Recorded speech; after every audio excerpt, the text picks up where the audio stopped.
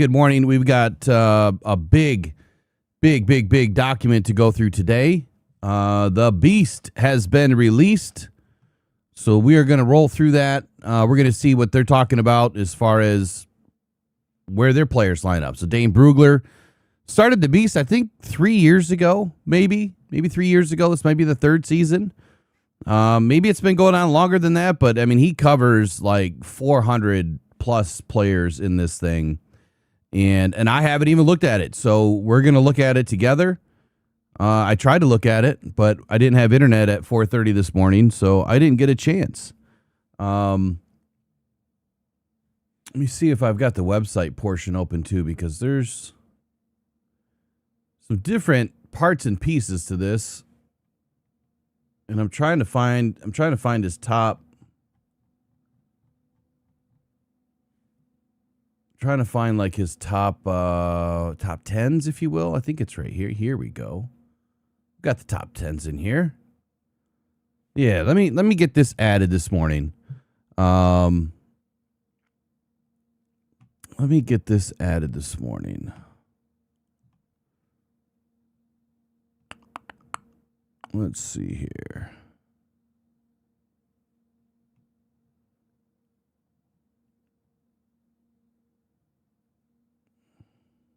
Perfect. Anyway, hope you guys are all doing good this morning.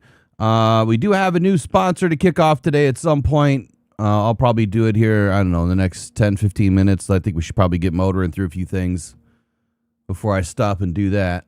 I promised them tomorrow, but I'm going to be a day ahead, right? We'll give them an extra day. Wonderful product. Actually, can't wait to talk about it. Can't wait to do it, honestly. All right, let's get into the Beast, man. Let's just roll right into this thing this morning. I want to see who their top 10 is and see how things have changed. Or at least with Dane Brugler, how things... Wow, Arvell Reese, number 1 overall. You know what? He just had to be different, didn't he? He just had to be different. You know, I thought that I was different because I was one of the only guys out there that had Jeremiah Love at the top of my board. And I don't know, people think I'm crazy for doing the stuff I do, but there's a reason for it. And then it seemed like within a matter of a couple of weeks, well, next thing you know, everybody's putting Jeremiah Love at the top of their board. And, you know, as things change, right? I mean, different analysts see things differently. And I feel like there's a trajectory to this. You know, all of a sudden now Caden Proctor is, you know, mocked heavily to the Lions, or, you know, Caden Proctor is, you know, a top 15 prospect all of a sudden when he's always been for me. So I don't know if they do that intentionally, like just to create more stuff, just create more mock drafts, to create more content. So probably, right? Probably. I don't do that. Maybe I should. I just kind of put it out there like, this is it. I'm going to change it probably 2 or 3 times at the most. This year's probably only going to be 2 because I'm barely able to get this stuff done. I bit off a lot more than I could chew this year. So anyway, Arvell Reese at number 1. Now what this means is he's the number 1 overall football player on Dane Brugler's The Beast. Just quick snippets: as versatile defender who has the physical traits to become a dominant pass rusher. I would agree. Jeremiah Love at number 2, and then Fernando Mendoza at number 3. This is where Dane and I are going to fight. Like, we're going to fight, man. Seriously. You can't put Fernando Mendoza anywhere near the top 10. Matter of fact, you really can't put him anywhere near the top 30. If this is how the board is going to go, if that's what he says, and let me make sure I read this. A clear quarterback 1, a dynamic running back, and a whole lot of Ohio State is in their top 10 prospects. So it doesn't say top 10 draft picks. It's top 10 prospects. Fernando Mendoza is not a top 10 prospect. He would be an outlier for Dane Brugler. I mean, I see a lot of other people put Fernando Mendoza up near the top, but he's not a great athlete. He's just not. Great. He did some things in college. Welcome to the NFL. Wait till you see how that changes. Day 1. So Fernando Mendoza at number 3. I could never, ever put Sonny Styles behind Fernando Mendoza. That just does not make any sense at all, period. Caleb Downs does not belong at number 5. No way, no how. Too much injury risk with Caleb Downs. And is he really that much better than Mansour Delane or David Bailey or Spencer Fano, Ruben Bain, Carnell Tate?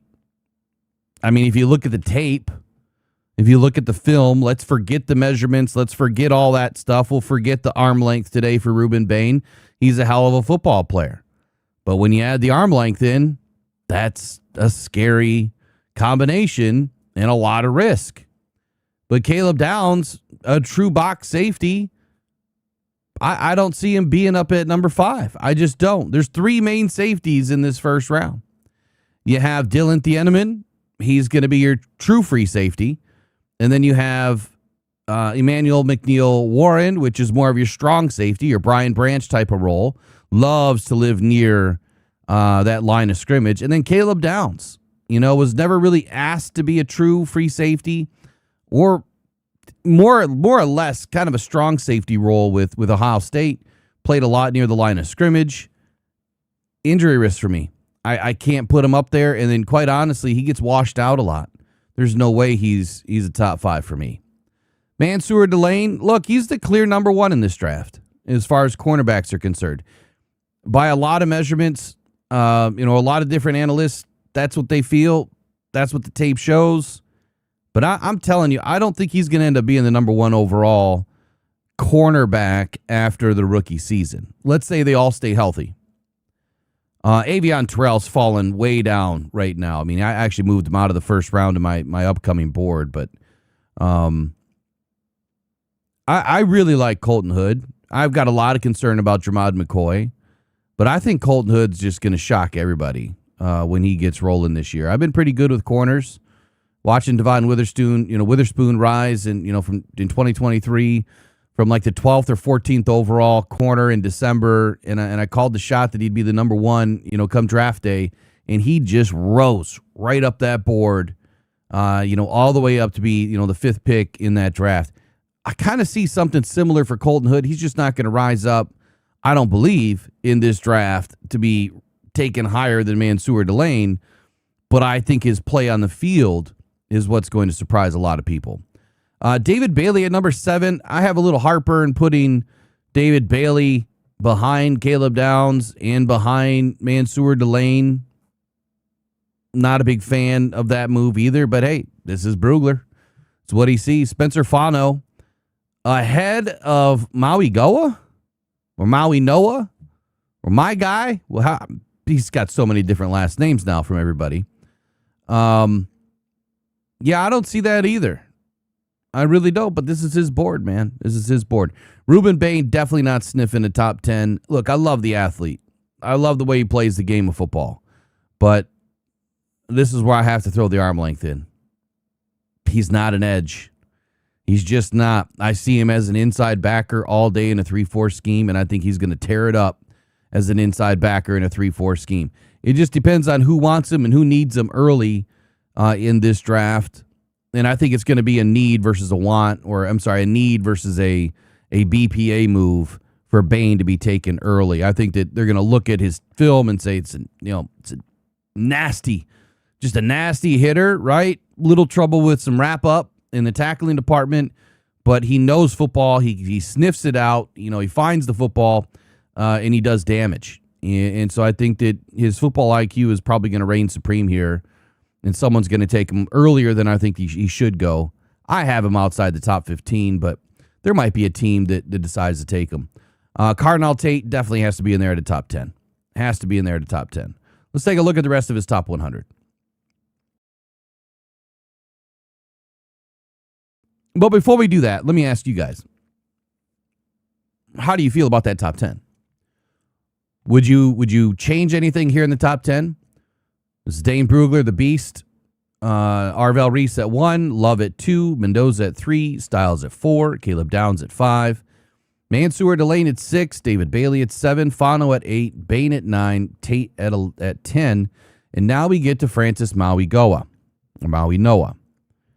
I absolutely have to put Francis up in the top 10. I could see him going early in the top 10.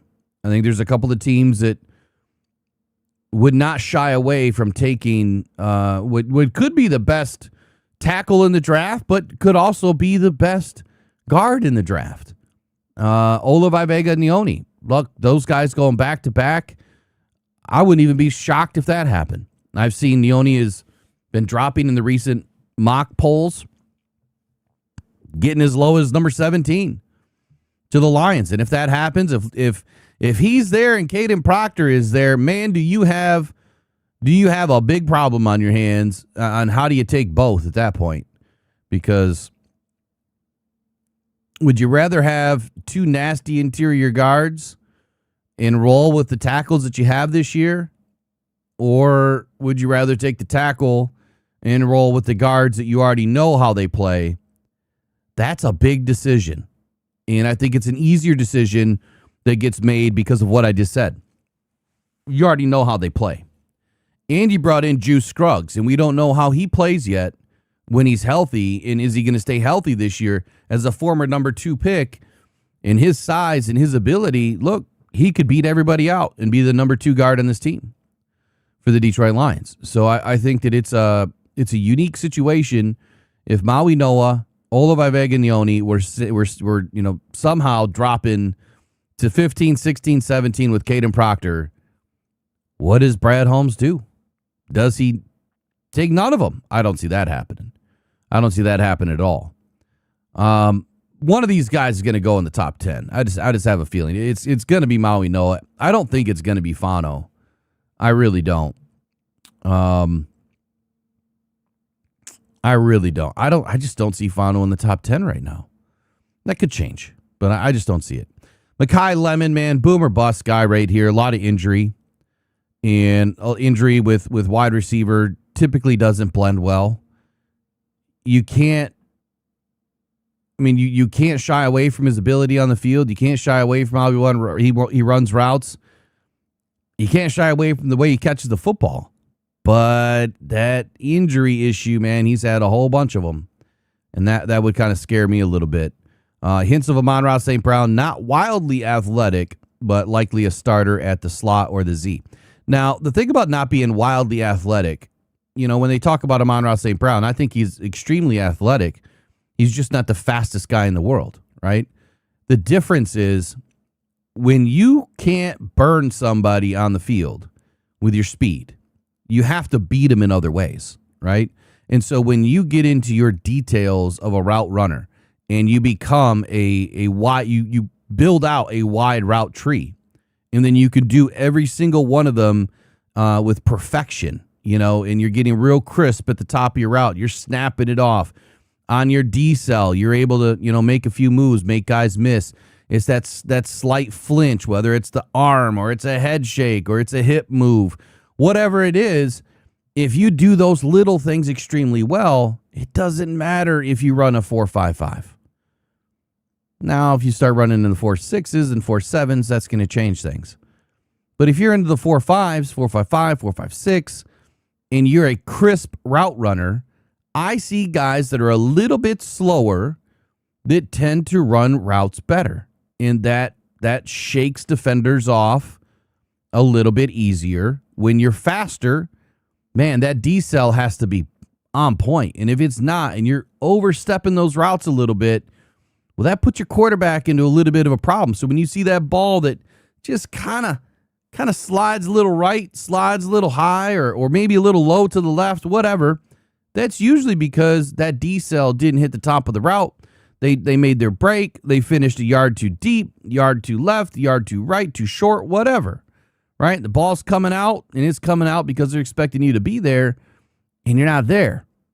And so now you have a ball that is thrown ahead, and it could be low at that point in time. So keep that stuff in mind. See, the casual fans, the fans who just enjoy watching the game, they don't care about any of this stuff, right? They just watch the game for what it is. They're not going to pay attention to that. They're watching the quarterback. They're watching the quarterback throw the football. They're watching the guy down the field potentially catch the football. And that's it. They're not watching the offensive lineman, right? They're not watching, just watching the receiver on a route. They're not watching a running back on a route. Just enjoying the damn game. But I know a lot of fans, that watch this channel, that consume the media that we put out, and some of the other, phenomenal channels that are out there, like All 22 and others. Man, there's some great information out there to make you a more educated fan.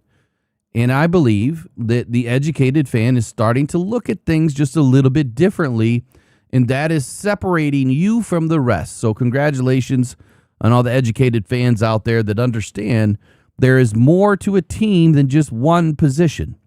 And there's more to a team than just sinking all your eggs in one basket. So you guys should all give yourself a round of applause. Well, that's the wrong one, or not, for being educated fans this morning. The lie detector sorry. That was a lie. That was a lie. You're not educated. I'm just kidding. I love it, man. I'm loving it. So keep doing what you're doing because you're making a difference out there. You really are. All right, so at number 14, Jermod McCoy.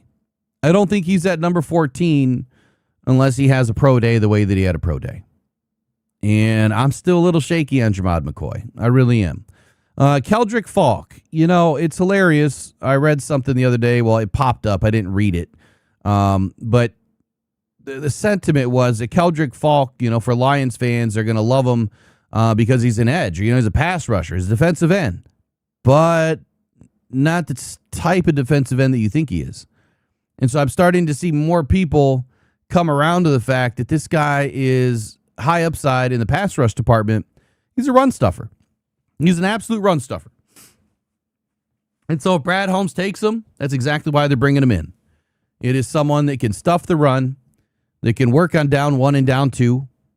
And if he gets out, has a great first season, maybe he gives Aiden a break on a down or two every once in a while, right? And I think that would benefit Aiden big time. I think that Aiden staying healthier and younger into the fourth quarter, taking less abuse into the fourth quarter. I think that we'll have a much better Aiden Hutchinson this year and every year following that if we get some guys that can at least give him a break, and allow him to stay,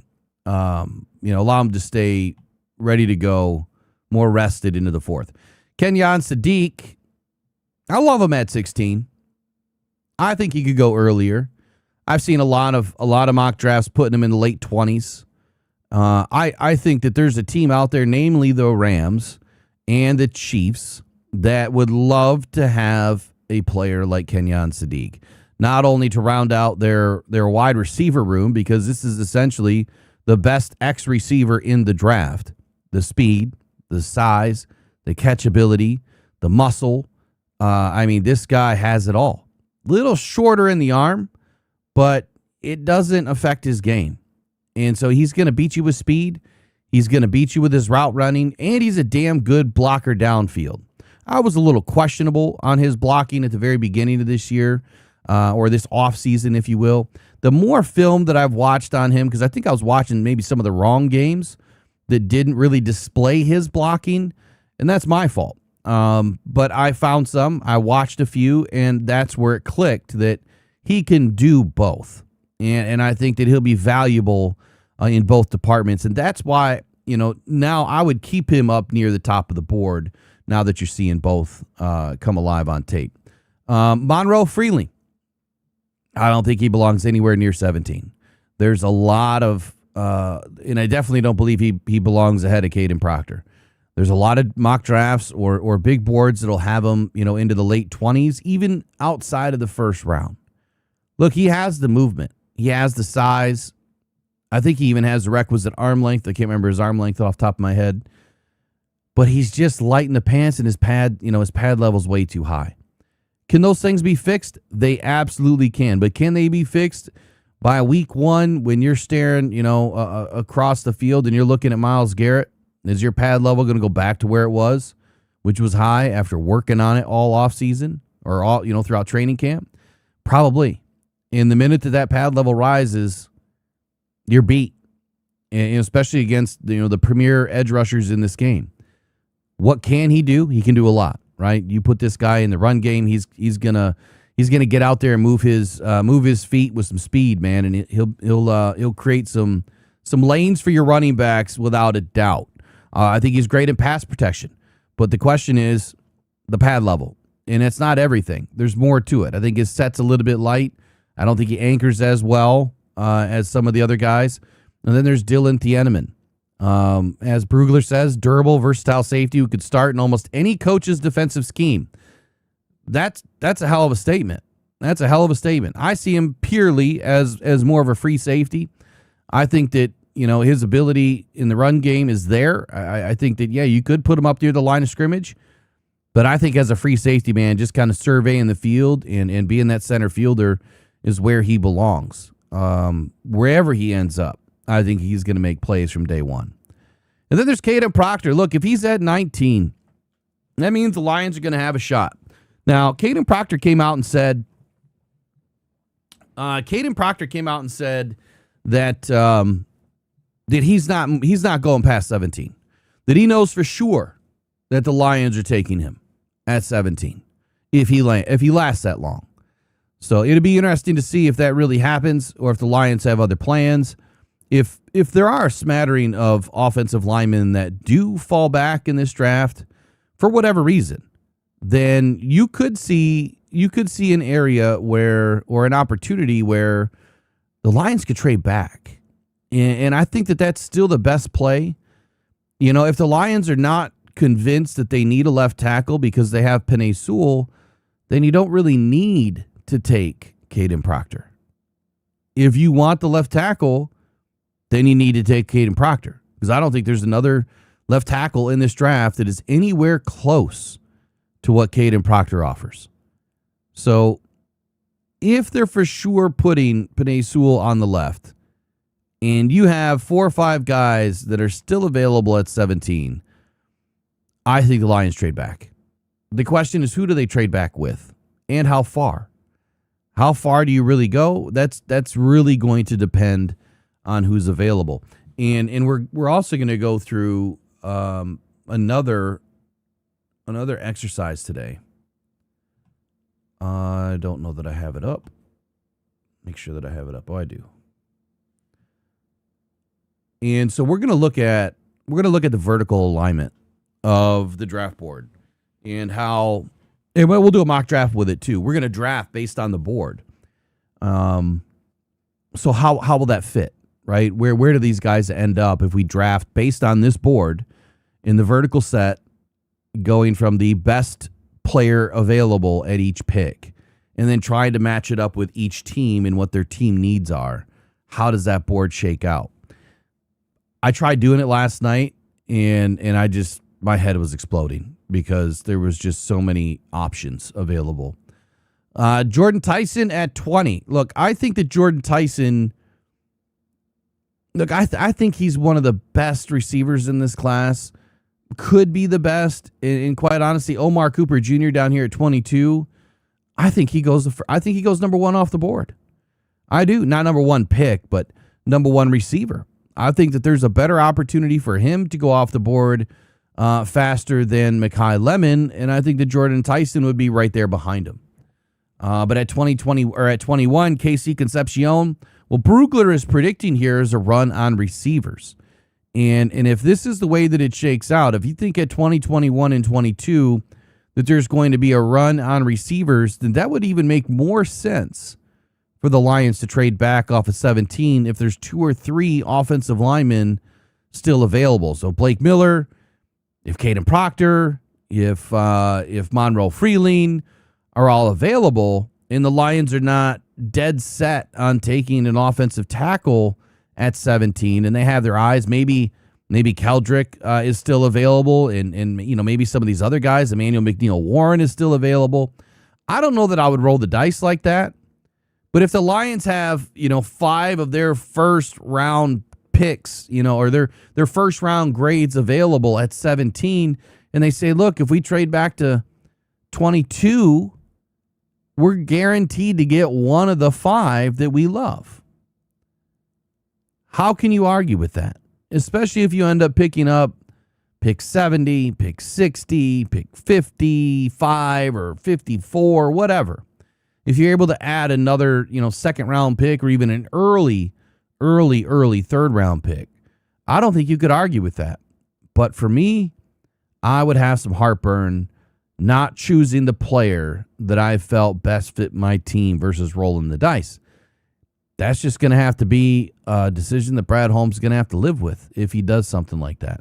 But trading back, I think, makes more sense if those players are not there, right? If they're not there. If Caden Proctor is gone, if Emmanuel McNeil-Warren is gone, if Keldrick Falk is gone, if Monroe Freeling is gone, then I do believe a trade back would make more sense. Simply because then you're looking at end of round 1, early round 2. You could still end up with Lomu. You could still end up with Miller. And you know what? They may even have another player that they like. Or maybe at that point they switch the mindset to edge. And they start looking at Malachi Lawrence or, some of the other guys or the linebacker that they like. Either way, I think that there's options. Hell, they could go the corner. They could go Chris Johnson, who I really like Chris Johnson. He's flying up my board right now. I really like Chris Johnson. Caleb Lomu at 25. So that kind of fits with what I'm saying. Like, if he's still available and you're dropping back, you absolutely got to do it, right? If you still have players like that available. Denzel Boston. This is another one for me. I think that he's in a great spot here at 26 on Brugler's top 100. And I'll say the same thing that I said about this guy up here. Well, where'd he go? Omar Cooper. Denzel Boston could be one of the top 2 or 3 receivers off the board. He could leapfrog Concepcion. He could leapfrog Jordan Tyson. Hell, he could even leapfrog Mekhi Lemon. There's just something about his size that you just can't shake. He doesn't have the top-end speed, as Brugler points out here, but the hands, the catch radius, the height, everything that he does in his route running would make a lot of sense for Denzel Boston to get taken way earlier than 26. Avion Terrell, Brugler hits the nail on the head here, undersized. He's 180 pounds soaking wet. And his skill set, like Brugler says, is bet on his quickness and his skill set. He does not like to hit. And the more film that I watched some film on him 2 days ago. What is today? Thursday? Tuesday night. And I noticed more shying away at the point of contact with a running back. I felt like he was shying away a little bit from contact. And then he also needs a little bit more help to bring some of these guys down. So Avion Terrell, for me, is falling out of the first round. Doesn't mean he won't go in the first round. But I think Colton Hood definitely could jump Terrell in this draft. Probably nickel is where you're going to see him. I don't see him playing on the outside. Akeem Mesidor. Interesting player in this draft. Older at 25 years old. Definitely coming in with a high floor. Disruptive force, according to Brugler. Likely 3-down starter. I believe it. Despite the age and injury concerns, he had some foot issues, some foot surgeries. I think he's past it all. And you know what? You have to put him in that same concern level as anybody else. But if you're looking for a day one guy that can help you day one, Mesidor is it. Over any other edge outside of the top 2 or 3 guys, Bailey and Reese, even Bain. Look, I think that Mesidor had a better game plan than what Bain did. And I think that Bain benefited from Mesidor just as much as Mesidor benefited from Bain. Matter of fact, on a lot of the film that I watched, I think I shared it with a few people, or I might have put it in the post or something. When you watch the film on this guy, he's usually to the quarterback first on a lot of plays. He's usually blowing it up first. And then Bain's right there. Or Mesidor's chasing him down, and then Bain pops up. So it's kind of like a give and a take with those guys. Like, some days Mesidor would have a better day. Some days Bain would have a better day. But in both instances, both players would get after the quarterback in just about every game. Mesidor is an extremely intelligent football player. His football IQ is well-rounded. I expect a team that takes him is looking for, kind of that win-now mode as opposed to rebuild mode. I would not expect a team that has a new coach that is in more of a rebuild mode to look at Akeem Messidor early in the first round.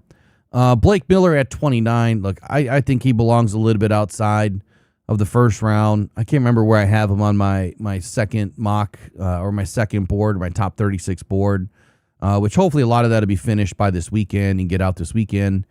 Look, physical traits, as Brugler says, football IQ, toughness, it's all there, and yesterday, or the day before when we were talking with Jeff Dean, Jeff had mentioned that, teams, and this is nothing that I didn't already know, but I think it's something what he said was so valuable for fans to hear.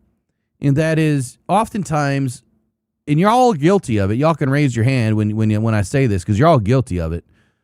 You look at production first.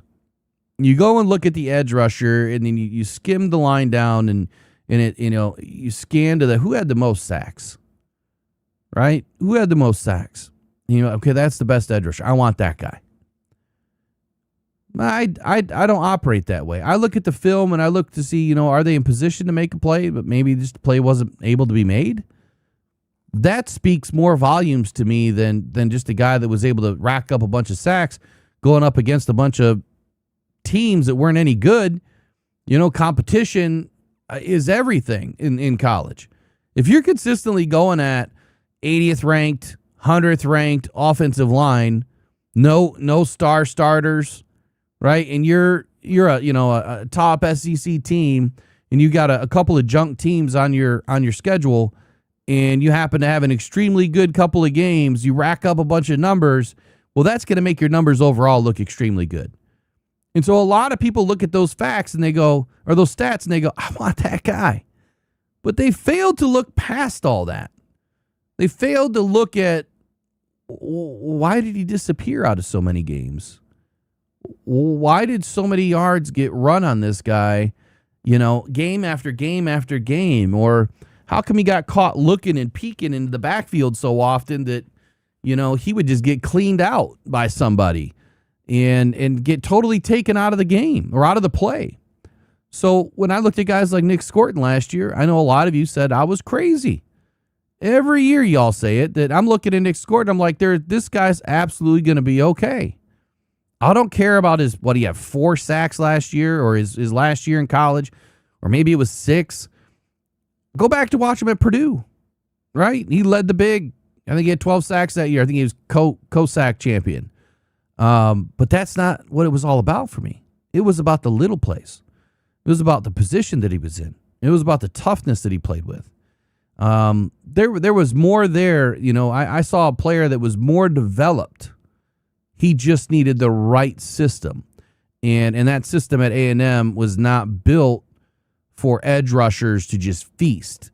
It was built to stop the run. And that's where you saw a decline in statistical output. So I never judge on stats alone. Where I do is offensive line, right? I think that matters. And I think that when you look at, how many sacks did this guy let up, how many pressures, that's different. But on the other side, from a defensive standpoint, if you see a guy that had, let's say, 6 interceptions, and maybe he led the conference, but his passer rating against was a 130. Okay, great. You had 6 interceptions, but you also let up 1,000 yards and 10 touchdowns. Is that a guy that you want on your team? Probably not. But what you see is the interceptions. You didn't see all the rest. And a lot of people are guilty of that. I see at least one person admitted it in there. I know there's more of you in there that would admit to it. Let's see. Colton Hood at 30. Look, this guy has to go in the first round for me. Has to. I can't imagine. I can't imagine if he slips to the second round, who's coming after him. Because Colton Hood in the second round, a lot of value there. A lot of value. I'm not a big value guy. I know Brad Holmes is. Well, let me recant that. I would say that the consensus is that Brad Holmes likes value and wants to go after the value guys. Like Jamison Williams was a big value play because a lot of people thought that he slipped at 12 or Would he have been healthy? Would he have still been there at 12? And I still think that he would have been there at 19, 22, maybe even 25. Because of the injury, I don't think anyone was going to take him that early. I don't think, not many teams, when you go back and look at that draft, and you have to forgive my memory, how many more teams between, what was our second pick that year? Was it 30? I think it was 30. How many teams, or maybe it was 32, how many teams were looking to rebuild, right? How many teams had the roster between 12 and, let's say, 24, had the roster where they could park a guy for a year or two? Because that's what you're looking at. And see, a lot of analysts that do this for a living, that have the time to do it, right? I spend a lot of time doing a lot of different things, and I should probably hone that in to just doing a few things really well, but I spread myself really thin this year with everything else I have going on. So when I really analyze teams, I sit down and I analyze the teams as their roster and how old is their roster, how young is their roster, is it a new head coach, is it a new GM, what did they do in free agency? Did they lose a bunch of good players or vets? Are they in a true rebuild or are they in a retool? And I think if you're in a rebuild, then yes, you're going to look for value. And the Lions were still in rebuild mode. And so the value was there for them. They didn't need Jameson Williams to start right away. But for other teams, let's say the Bears. This year, the Bears are not in rebuild mode, right? I think that they're more just a retool and looking to add some premium players. I don't expect them to take a swing at a player that has, some issues, right? Or a player that has injury concern. I'm looking at the Bears to take players that can start day one. I'm looking for Brad Holmes to do the same thing. I'm not looking for Brad Holmes to take major risk on value plays this year. Now, after the third round, go at it. Then it's okay. Especially when you consider, again, where the Lions roster is this year. That means players that need to start right away, that you feel you can get some good play out of, enough snaps, 50% maybe rotation players. You're going to get that in round one and round two. Maybe you need one or two players that can commit to 85% or more snaps in round one or round two. We could probably use a couple of starters still for the Lions roster. I don't think anyone would not argue that point. But after that, when you don't really have a lot of room for players that can play right away, or do you need more guys from a depth perspective that you do need to play right now, but just not as many snaps, after round three, man, go after it all you want, because after round three in this draft, it just, it's nose down, we're going down, right? This draft falls right off. It falls right off. So I know that there's going to be some people out there, they're going to talk their smack about Brad Holmes doing stuff like that. But look, just come to realize they don't know what the hell they're talking about. It's that simple. They just don't know what the hell they're talking about. TJ Parker at 31. I honestly believe TJ Parker is probably going to be up a little bit closer into this range right here. 22, 23, 24. At least from some of the latest mocks. And quite honestly, the Lions. I think the Lions like TJ Parker a lot. Whether or not they like him more than Keldrick Falk is yet to be determined. That'll be determined on draft night, honestly. But for me, I think that TJ Parker deserves a little bit of a bump. We'll see where I put him here this weekend. I got to watch a little bit more film on him. And I still want to get the Clemson team on. We met some Clemson people down at the Combine. I need to reach out to them and get them onto a show maybe next week. Kaden McDonald. Look, between Kaden McDonald and Christian Miller and Peter Woods, these guys are so undervalued right now. I can't believe Christian Miller is so far back. When I watch Christian Miller, it's hard for me. It's hard for me not to put him neck and neck with Kaden McDonald. It really just, and both those guys are really good. And Peter Woods is really good too, but sometimes he disappears. So looking at all of the defensive linemen here, between Christian Miller and Peter Woods and Caden McDonald, they're spread out a little bit. I think there's going to be a run on these guys. If you have 2 or 3 of these guys still available, towards the end of the first round, I would be surprised. I think at least 2 of them go up in the top round, day 1. And quite honestly, I still believe Caden McDonald is going to be number 1. Now, Caleb Banks, the 4th guy in this equation, look, there's just too many questions. And injury concern too, but just too many questions with this guy. And clearly it looks like he's dropped off this board quite a bit, even though this is the first board that I've seen to Dane Brugler. Where do you put him? I mean, the guy's an absolute monster when he's on the field and he's healthy and he has his head on his shoulders. And when he just disappears at times, look, that's the big question mark. And can he even play 3 downs? I don't know that he can. I question the physique and the not really the physique and the agility. I question his motor, I guess, is where I'm going with that, and whether or not that he can actually go 3-4 downs in a row without needing a break. I think that's why you're seeing him probably fall back a little bit. Is there's questions on his motor, and anytime you have question on a defensive tackle's motor, clearly it's deserved of a drop at anybody's board. But man, if he puts it all together and he has the right people around him, the right coach, the right mentors on the team, I think you're going to see Caleb Banks just turn into an absolute phenom at the next level. May take him a couple seasons, right? A lot of these players, even in the first round, are still going to take a couple of seasons. And if you don't think that, then I think you're not watching the NFL with on the same TV that I am, because almost every player drafted in the first round takes a little bit of time. How many did we have last year that really had great first seasons?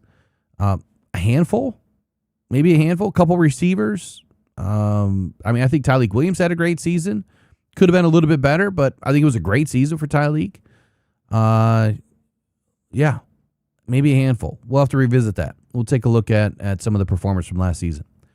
Max Ihanachor, man, again, going back to what Jeff Dean said yesterday, you're going to have a lot of NFL teams that value what this guy's athletic ability is. Fluid athlete, according to Brugler here, for his size, but may need a year of development before being NFL ready. But are you willing to walk away from a player like this that has this ability, the size, the fluidity, the agility that he does, only playing football for 4 or 5 short seasons in his entire life? How can you walk away from a player like that? Right? And so that would absolutely be what we would call a true project pick. And the fact that he could go in the first round, I think you all need to start questioning the people that start using this term project. Man, I had someone in a comment on my Caden Proctor video say we don't need any projects.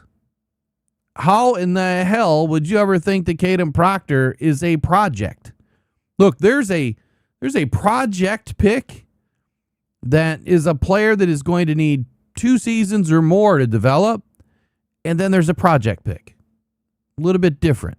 A player like Max, I would say, is that 2-year developmental guy. He's a project pick, but you can't walk away from that size, that ability, and everything else that he presents because it doesn't exist very often. Those types of players just don't grow on trees. And so, yeah, if you have the offensive line where he can sit and learn a little bit, great. If not, then you may have to switch his position. But as you heard Jeff state the other day, a lot of NFL teams don't look to start guys on the inside and work them on the way out. They just don't. And so it's, you're either going to go outside, left or right tackle, or you're not. And you're going to go inside. Now, if you don't make it on the outside, then they might put you back on the inside. And I think with a guy like Max Ihanachor, he's definitely fluid at both positions. Whether it's right tackle or right guard, I think that you're going to get a great one here with Max. And I think that also begs the question for the Detroit Lions. If you pass, which I heard that coming out yesterday, I think you all know a couple of days ago I let you know that some intel kind of put me onto this train of thought that the Lions could pass on an offensive tackle in this draft early. If they decided to move back and the way that the tackles decide to fall off the board, that if their guys are gone, they could totally pass on a tackle early in this draft and go in a totally different direction. And an edge may not even be that answer in the first round either. And I'll come back to that in a few moments. But Max Ahanachour, I don't think if the Lions are in position that they're going to pass on a guy like that. I really don't. But that puts him in the same space as like a Giovanni Manu from a project standpoint, from a time frame standpoint. But I think they're two totally polar opposite players. I think Max is going to be levels ahead. And I think, a guy like Manu, who has this, the size and everything else working for him, the agility, very rare athlete coming from UBC. I had his recruiter on last year or 2 years ago. I think it was. I had his recruiter on in talking about Giovanni Manu and where he came from and why they picked the guy up, and we had a great conversation talking with him. So different stories. Max has it, right? Gio was definitely taken to sit. And that is another thing that I don't understand why Lions fans just can't get it through their head. Look, you take players to develop. You take players based on who you have signed. Look, Taylor Decker was signed for like the next 3 years. You didn't want Gio to start at any point in time. He was a backup. He was always going to be a backup until the day that it was needed for him to be a starter. This year, he has to prove himself. And if he doesn't, well, he's going to be a career backup then. And that's what it is. Unfortunately, that's just the way the cookie crumbles. Chase Besantis, no way belongs at 34. It doesn't mean that another team doesn't need a guard this early. But that's just a little too early for me with Chase Besantis. But I can see it happening. But not before Peter Woods. Malachi Lawrence all the way at 36 is intriguing. We've been seeing Malachi rise. We've been seeing Zion Young rise quite a bit over the last couple of weeks. D'Angelo Pons, very, very intriguing player here. But again, he's on the smaller side. Top tier speed and toughness, according to Brugler, but might be too small for some teams. Mueller, I'll come back to that. Cassius Howell. I'm glad to see someone actually put Cassius Howell at the back end. I think that I just put Cassius Howell in my top 36 at 35. 35. Yeah, it was Caleb Banks, Cassius Howell, Max Ahanachour at 34, 35, 36. So I'm glad to see this because there's no way in hell I'm putting Cassius Howell up near the first round. Doesn't mean that a team won't take him in the first round. And I think if they do, it's projecting to me that he's an inside linebacker in a 3-4 scheme. So how many 3-4 teams out there are going to be available to take Cassius Howell in the first round? That's the question on whether he makes it into round one or not. Consistency. Look, for me, it's the missed tackle rate. It's the short arms. There's more. Look, if he says that he's lacking consistency, well, then you can add short arms and missed tackle rate right to that. Yep, has the twitch, has the speed. I mean, he has all that stuff. But when he goes up against big tackles, he disappears. Unless he beats him with speed right off the get, which, I mean, it happens a few times, right? Jacob Rodriguez, again, I'm not big on Rodriguez as the next best option for the Lions at the Sam or the Will position. I mean, maybe as a Sam, but not at the Will position. I see Jacob Rodriguez potentially staying as a middle linebacker. And it looks like that's what he's saying here too. Texas Tech's quarterback of the defense, because he was a middle linebacker, should compete for a starting role right away. I just don't see how the Lions add another middle linebacker unless, and this is what we don't know, right? We don't know how the scheme is going to be played this year. What if the Lions play more nickel this season? And if they play more nickel, what does that mean? Think about that for a moment. If you're playing more nickel, what does that mean? Do you need that will linebacker when you're in nickel? Like, do you really? Or do you need maybe a bigger safety that's going to drop down in the box? Maybe need a bigger safety that's going to play that linebacker role? That's what Brian Branch did. But if you bring somebody in like, well, Emmanuel McNeil-Warren, man, he's the best small linebacker in the game, at least right now. So if you're in more of a nickel defense this year, which I think the Lions are going to operate out of nickel a lot more, then that means a guy like Jacob Rodriguez could work. Because then you have two middle linebackers in the game. You're not really worried about putting yourself into a coverage situation or lack of coverage situation with Jacob Rodriguez, especially if you have a bigger safety that's dropping in the box. So I think that that's where it would make sense. And again, we don't know what we don't know. And that is the hardest thing about this, is we don't know what we don't know. Our base defense has not been the big nickel. Absolutely has not been. I don't know where that's coming from. Our base defense is 4-3 hybrid. It's been that way for 5 years. It has never changed.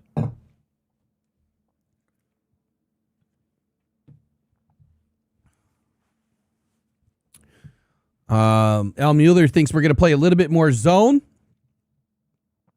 Ephesians Prysock.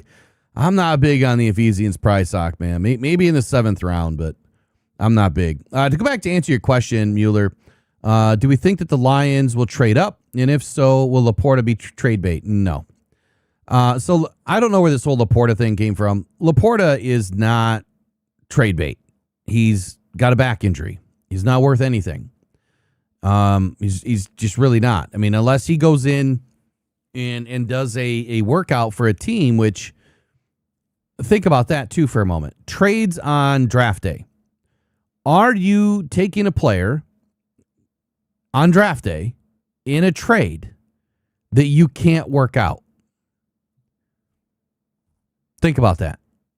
I know that people like to just put content out and clickbait. It usually happens around 7 a.m. every day. But when you think about a trade on draft day, you can't take a risk because you can't go back. When the trade is done, the trade is done. And when you give those picks away and a team grabs those players with those picks, it's done. Now, unlike the Max Crosby situation, which is done during free agency, the only way that it would happen is before draft day. Because then you could bring him in, Sam Laporta, and you could put him through a workout. And if he fails his physical and doesn't perform well in his workout, then you get your answer. But on draft day, that's not happening, is it? You can't fly Sam Laporta somewhere and in less than 10 minutes get him worked out and physical done and then make the trade. It doesn't work. So no way is Sam Laporta trade bait. They haven't done anything with him. They haven't put out any video with Sam Laporta. They haven't shown anything. They haven't said anything about Sam Laporta. The expectation is that Sam Laporta is going to be ready by OTAs and should be just fine. But he just had a major back surgery done. I've heard fusion, and if that's the case, that's a major back surgery. And so there's no way that Sam Laporta could be trade bait at all. Just the same with Kirby Joseph, just the same with Brian Branch. None of those guys are trade bait at all right now. And there's really nobody else on our roster that I could consider tradable at this point other than Jamison Williams. That's probably the only one that I maybe to a lesser extent Derek Barnes, but we know that that's Shep's boy, and hey, look, maybe Shep grew a pair in the off season, and is not going to hang on to those relationships if he values having a great defense. I think that Derek Barnes is just not a great linebacker, but that's his boy. But I would say he's also tradable. I don't know what you're really going to get for him, but he's tradable. Anybody else on the roster, I don't see it. You know, this is a roster that the Lions have built. They're not trying to give their guys away. And you know, to the later round guys that are on this roster, they're not worth anything. You know, they're just not. So to trade up, though, to really answer your question, for the Lions to trade up, yes, I do think it's a possibility. The question is how far, right? How far? How far can the Lions really move in the first round to where it makes a lot of sense? You know, we went through this a few times, and I'll come back to it. I think we got 50 to go through right here. Yeah, we'll get through the first 50, and we just got a few more to go, and then I'll come back to those questions.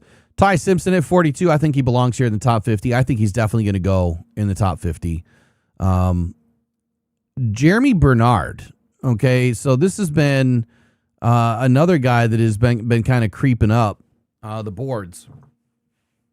I'm not surprised by this one.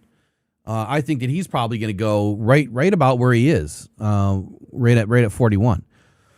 R. Mason Thomas, there's a lot of I guess argument with Thomas. You know, who is he really? Because he's undersized, and I think that's exactly what Brugler says too. He's fast, he's undersized, should be able to find a meaningful NFL role. I'm not big on Mason Thomas. I'm really not. I don't like the undersized player, and I think that the Lions are looking for that edge setter versus the speed guy. I think that when you look at who we brought in with DJ Wanham and Peyton Turner, we brought in a big guy, and we brought in more of a speed guy. I think they're still looking for that big guy, you know, the big end that's going to go in and set the edge and control the run game. Brandon Cease is a bit interesting at the back end of top 50. CJ Allen is just another linebacker that I'm not extremely high on for the Lions. I know there's been a lot of mocks, and quite honestly, I feel like a lot of mocks that have CJ Allen or Jacob Rodriguez in it is just because when they're doing their mocks, they're seeing these guys fall close to 50 or they're still available at 50, and that's why a lot of mocks have him in it. Does that mean that's the way the cookie crumbles on draft day? Nope, it doesn't, because it's not going to crumble that way. I don't select players based on the board that I'm looking at. I select the players based on what I'm going to show you here in a little bit. Chris Bell, this dude's phenomenal. Absolutely phenomenal. I'm so surprised that he's this far back. I think he could go a lot earlier than 47. Jay Golday was early, was one of my favorite linebackers in this class, but his size, just like Brugler says, the speed and ascending skill set, even though they're all encouraging, my question is, I think his arm length was short for me. Hold on. And that's not a killer for me, for a linebacker. It's not a killer for me. It just depends on where you're going to put him. So 31 and 7/8, call it 32. He is so close to having elite arm length. You know, if he had another inch, when I look at elite linebackers, and it depends on the scheme too. Last year there was a couple of guys that I really liked, and their arm length is not that much longer. But Demetrius Knight was one. I believe he was more of an edge. Before he came into the league. He was 32 and 5/8 inches. So a lot closer to 33 than a lot further away. And then there was another one.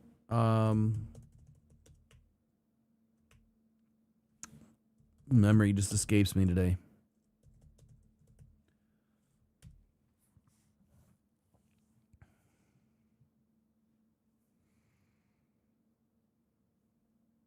Memory escapes me today. Who was it? Where is he? Where is he? Second round.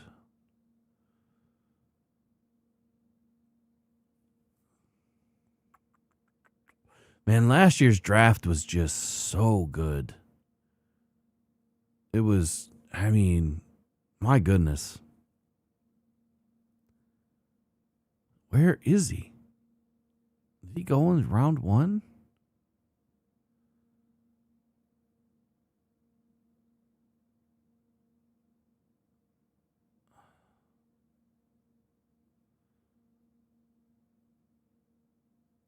why I'm not seeing him.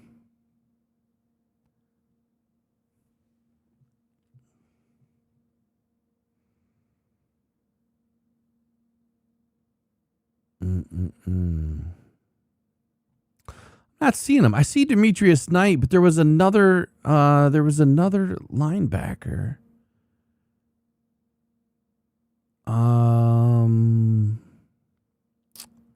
The Lions really like too. I really like too. Thought his name started with a C.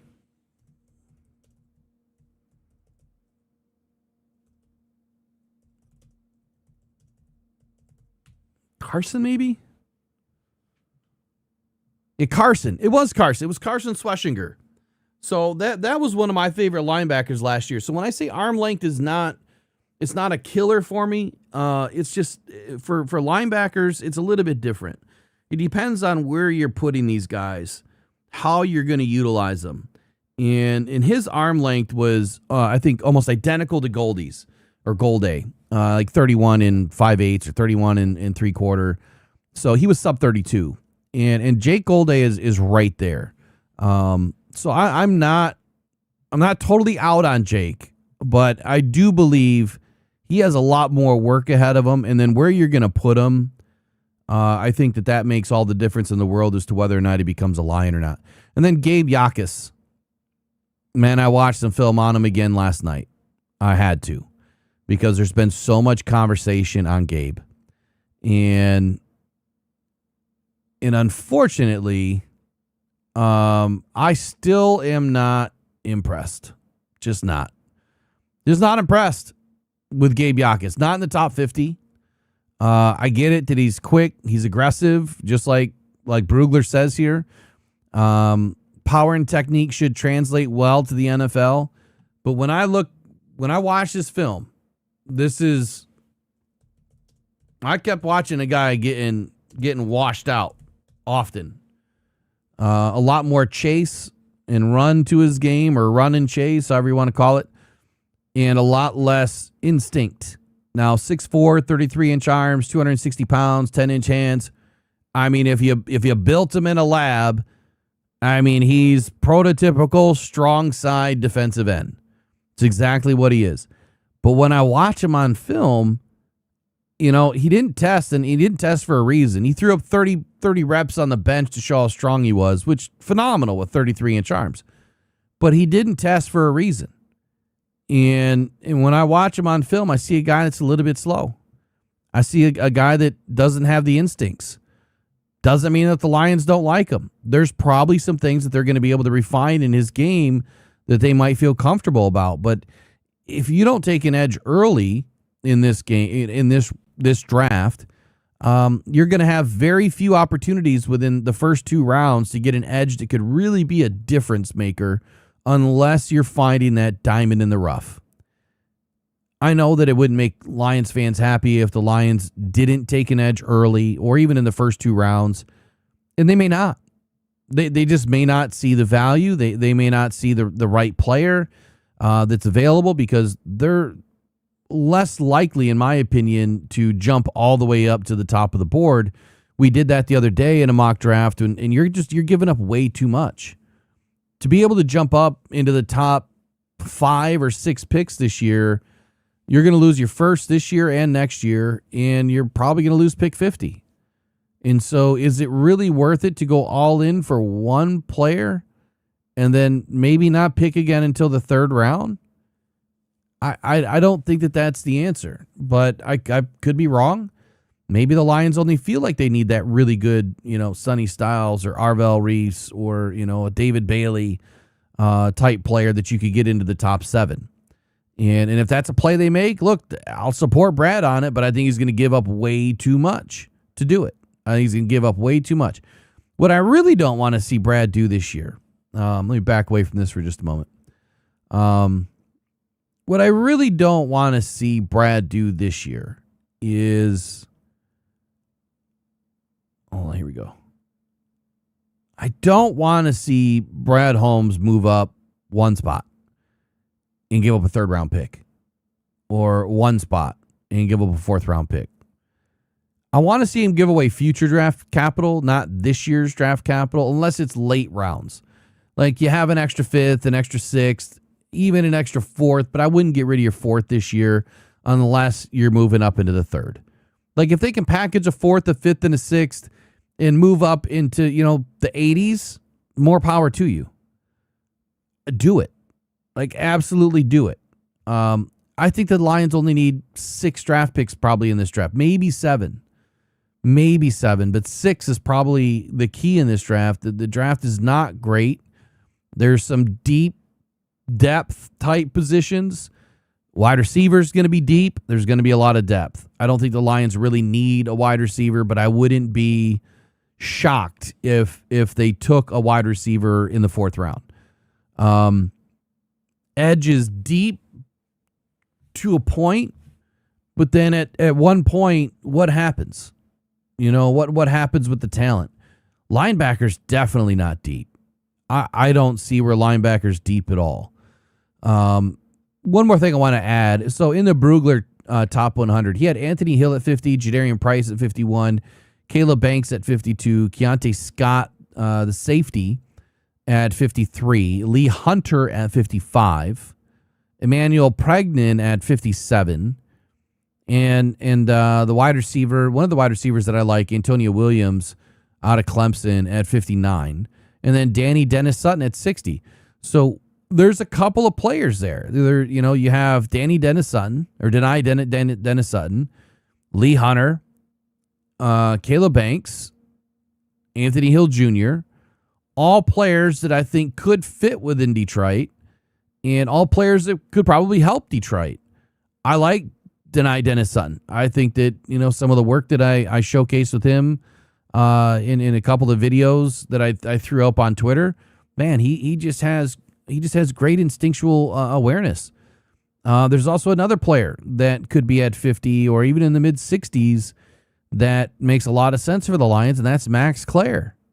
I think that Max Clare, the tight end, if the Lions can move back up into the top 70 and he's somehow still there, if he's still there at pick 55 or 60, you got to go get him. Like Max Clare might be the best tight end in this draft and could be the best tight end to help out the Lions this year, since we really didn't do a whole lot, in free agency. We brought in Conklin. I think he's going to have a role, but I think you need another tight end that is the future of the tight end position. There's been some teams that have been very successful having multiple tight ends, and the Rams have been one. And so when you have tight ends go down, I just don't want to see the Lions in that position again where you lose the center of your offense and the ability to hit the seams because you don't have somebody running those tight end routes, if you will. Maybe we see Isaac Tesla run a few more of those routes this year. I think it's possible. I've spoken early about him kind of working into some of those tight end routes. It's possible. Everything's possible. We'll see if he adds any weight. If he comes in with a little bit more weight, I think that kind of gives you your answer. We're going to take a very quick break. We'll be back with the sponsor of today's show, and then we'll get into some mock drafts. And then also the the vertical board. We're going to get into the vertical alignment board and talk about how that may impact the draft if it falls the way that it does. Be right back here in just a few moments.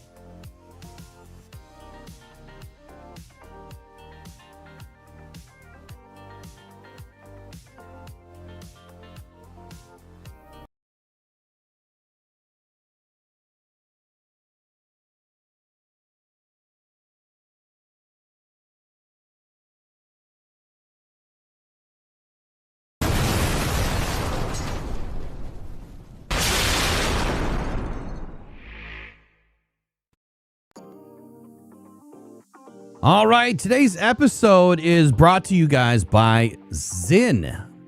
Your body deserves more than just hydration, and Zyn is going to provide all those things for you. Everyone is looking for a safe, a natural way to accelerate recovery, restore their health, and promote long-term wellness. When you drink Zyn, you're tapping into thousands of years of natural healing through the inflammation-combating properties of turmeric. Now, the vitamins that you're going to get packed and plus more: turmeric, electrolytes, zinc, vitamin C, and vitamin D. Zinc comes in ready-made drinks. Also, if you're on the go, the premixed packets make life very easy. Each Zyn drink includes 100% of vitamin C, D, and zinc to fit your daily needs. And if you're diabetic or you're counting calories, no added sugars in the ready-made mix and only 2 grams of added sugar in the drink mix packet. You know, however you enjoy your Zyn, at only 10 calories, you're going to love that guilt-free taste. Zyn has changed the game for wellness and hydration, but strawberry yuzu, mango pomegranate, passion fruit lemonade, blackberry dragon fruit, trusted by athletes all over the world, man. Eric Armstead, Roquan Smith, Ty Jerome are just a few of the athletes that trust Zyn to meet their wellness and hydration needs. You can get Zyn wherever you shop, whether it's Meijer, Macy's, Amazon, or through the link that I will add to today's description. So make sure you visit Zyn after the show. And you know what? Just because I wanted to do this live and show you how big of a supporter I am of Zyn, I figured, you know what? We're going to open it up and we're going to drink one live with you guys right now. So I suffer from a ton of inflammation. And sugar's just not good for your body, right? So we're all looking for those things that we can add to our drink that, you know, water's boring. You know, you might as well get some electrolytes, and hey, why not get some electrolytes that aren't just loaded with salt and all the bad things that come with drinking, you know, those other aid names, right? So I'm just going to pick one. And, you know, we'll go strawberry yuzu. Or what other we got in here? We got strawberry yuzu, blackberry dragon fruit. Oh, by the way, so this pack that I just opened up, it has, about 12, 14 different packs in here. I'm going to be giving away about 10 of these as part of our draft giveaway this year. So random people are going to get the giveaways. That's what the bot is for. He's going to be finding people to give away. But what you have to do is you have to put a comment in every live stream and every video to be recognized. And then you're going to be awarded with some Zyn. And then, of course, we'd love to hear back from you on your experience with Zyn. So, all right, I got my water. Oh, man, just open up that pack. It smells so good. Ooh, that smells so good. Let's check it out. Zyn. Turmeric, man. I've flirted with turmeric many times.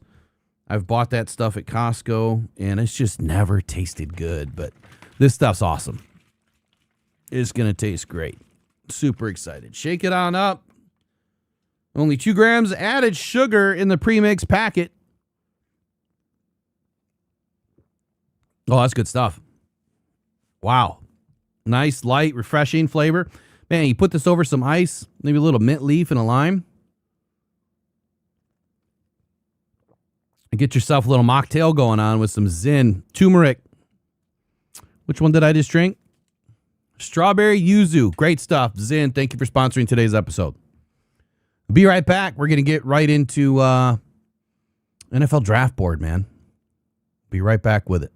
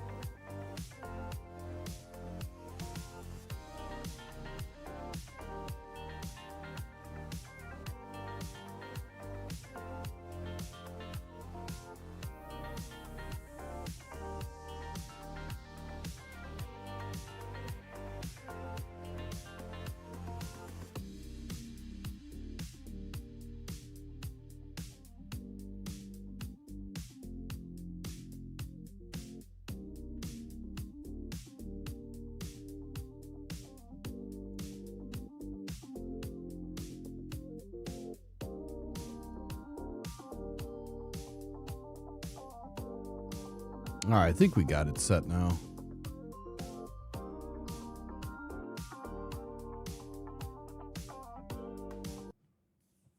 All right. Man, maybe we should just continue with that background music. Kind of just makes the day a lot easier. So I'm not going to be able to be on screen with this one. Let me just make sure it's where it needs to be. I might have to fix a couple of things. But I figured going full screen with this is going to be a lot easier so that you can actually see what I see. Otherwise, you're not going to see what I see. It's a big screen. It's a lot of info. And even, you know what, even like right now, the whole screen's not even on there. And I make it smaller and smaller and smaller, and you guys aren't going to be able to see it. So, and I have to roll all the way down just to be able to move left and right. So it makes it kind of tough. But this is the draft matrix by SIS. Let me go ahead and just shrink it down a little bit. We don't need to see the ticker. So this is the draft matrix, again, by SIS. So this is a way to kind of look at, you know, all of the options that are available for you as you kind of get through, like if one player's been drafted, like who would be the next best player on your draft board, especially if you're looking to go BPA in this draft. And so what I wanted to do is first add in the background music. Where's that at? I want to add that back in. First, I wanted to take a look at this, and then second, I'm gonna grab a mock draft and kind of go through it.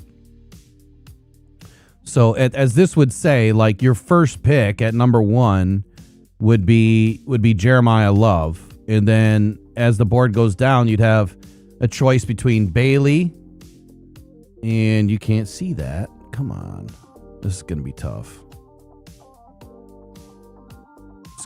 Gotta be a better way to do this. Just has to be. I mean, it's got to look extremely small if you're watching it from a phone.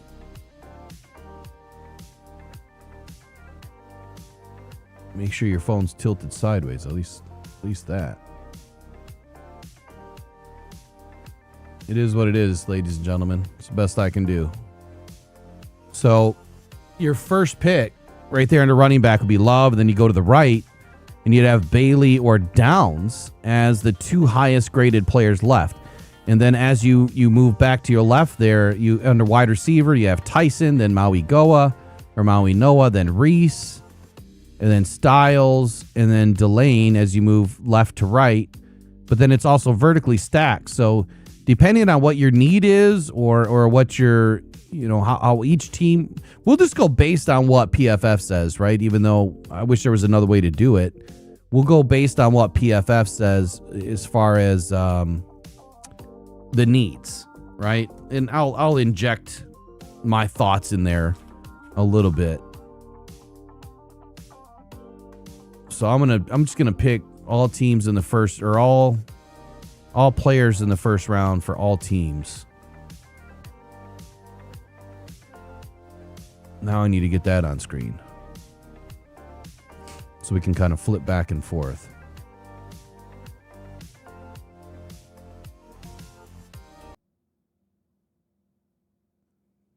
One second. Let's change this screen.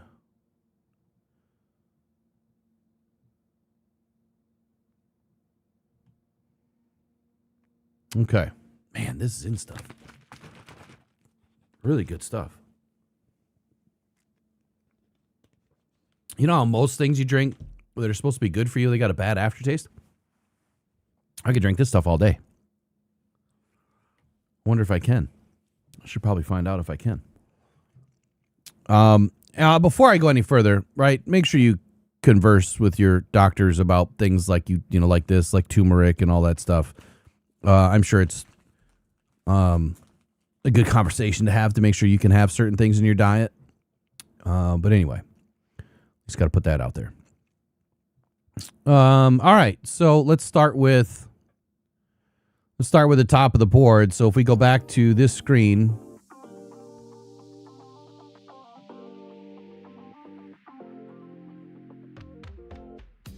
I mean, do we go ahead and just take Jeremiah Love, or is this where we put Mendoza? Just because we have this feeling that Mendoza is going to go first, right?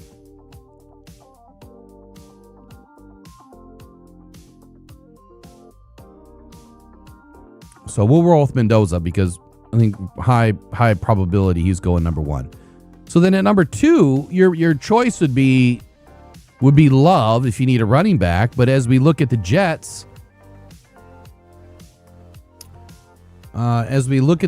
here, they need quarterback, wide receiver, edge, or corner. So if we were to go from left to right based on what PFF, I would go with edge. So then if we flip back to the full screen and we go left to right, well, Bailey would be the first edge that we hit, not Reese. So we're going to go Bailey. Okay, so now Bailey's been taken. Let's go back to PFF. Cardinals are now on the clock. Bailey's been taken to the Jets. Cardinals show quarterback, tackle, defensive line, and linebacker. Quarterback, tackle, defensive line, and linebacker. Well, let's see how this lines up for SIS. So quarterback, that's obviously not happening. Tackle, well, that would make some sense, right? So nowhere on this list does it say safety, so we can move past Downs. You can see Downs would be the next player rated at a 6.9. Well, let's go back to the left. We're at 6.8. Does not say wide receiver, so we're going to move to the next player. Oh, tackle. Maui Noah. All right. I've been putting Maui Noah to the cards numerous times anyway. So there we go. Maui Noah is now a Cardinal. On the clock is the Titans. Well, running back is their number 1 choice, or center, or guard, or edge, or linebacker, according to PFF. Well, we did not take Jeremiah Love, but Jeremiah Love is the number 1 overall rated player on SIS. That is sportsinfosolutions.com, nfldraft.sportsinfosolutions.com. Make sure you guys check them out after the show if you want to get really intelligent about football, and especially this year's draft.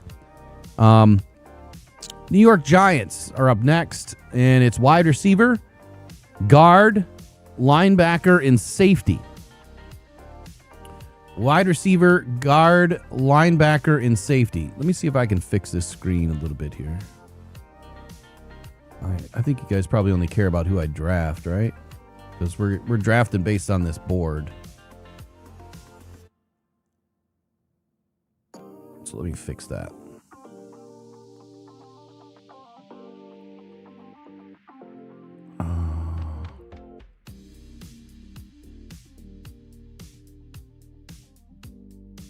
Okay, just get rid of all that.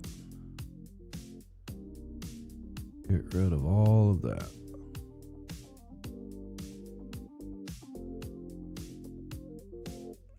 Hit it on my first try. All right, let's roll down. On the clock, Giants, wide receiver, guard, linebacker, or safety. We will flip back to the full screen.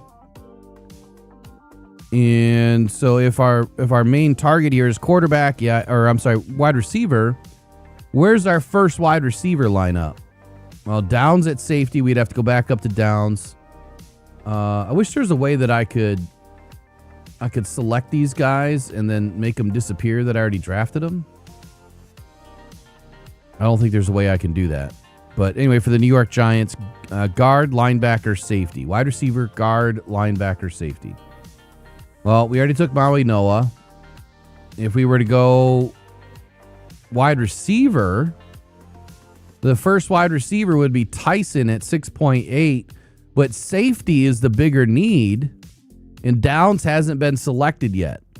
So, again, we're just going based on this board and seeing how it's going to work out. Let's go downs here. Again, it's not my choice. This is just the way the board's doing it. All right, so let's go Browns now. Browns are quarterback, wide receiver, guard, or tackle. Well, based on the board, we've already gotten rid of Love, Maui Noah, Bailey, and Downs. So now we're into row 3 at 6.8. You have Tyson, Reese, Styles, and Delane, Mansour Delane. And their first player of need that really fits this board is wide receiver. And that would be Tyson. After that, be guard and tackle. And there's not a guard and tackle rated this high. So we're going to take Tyson.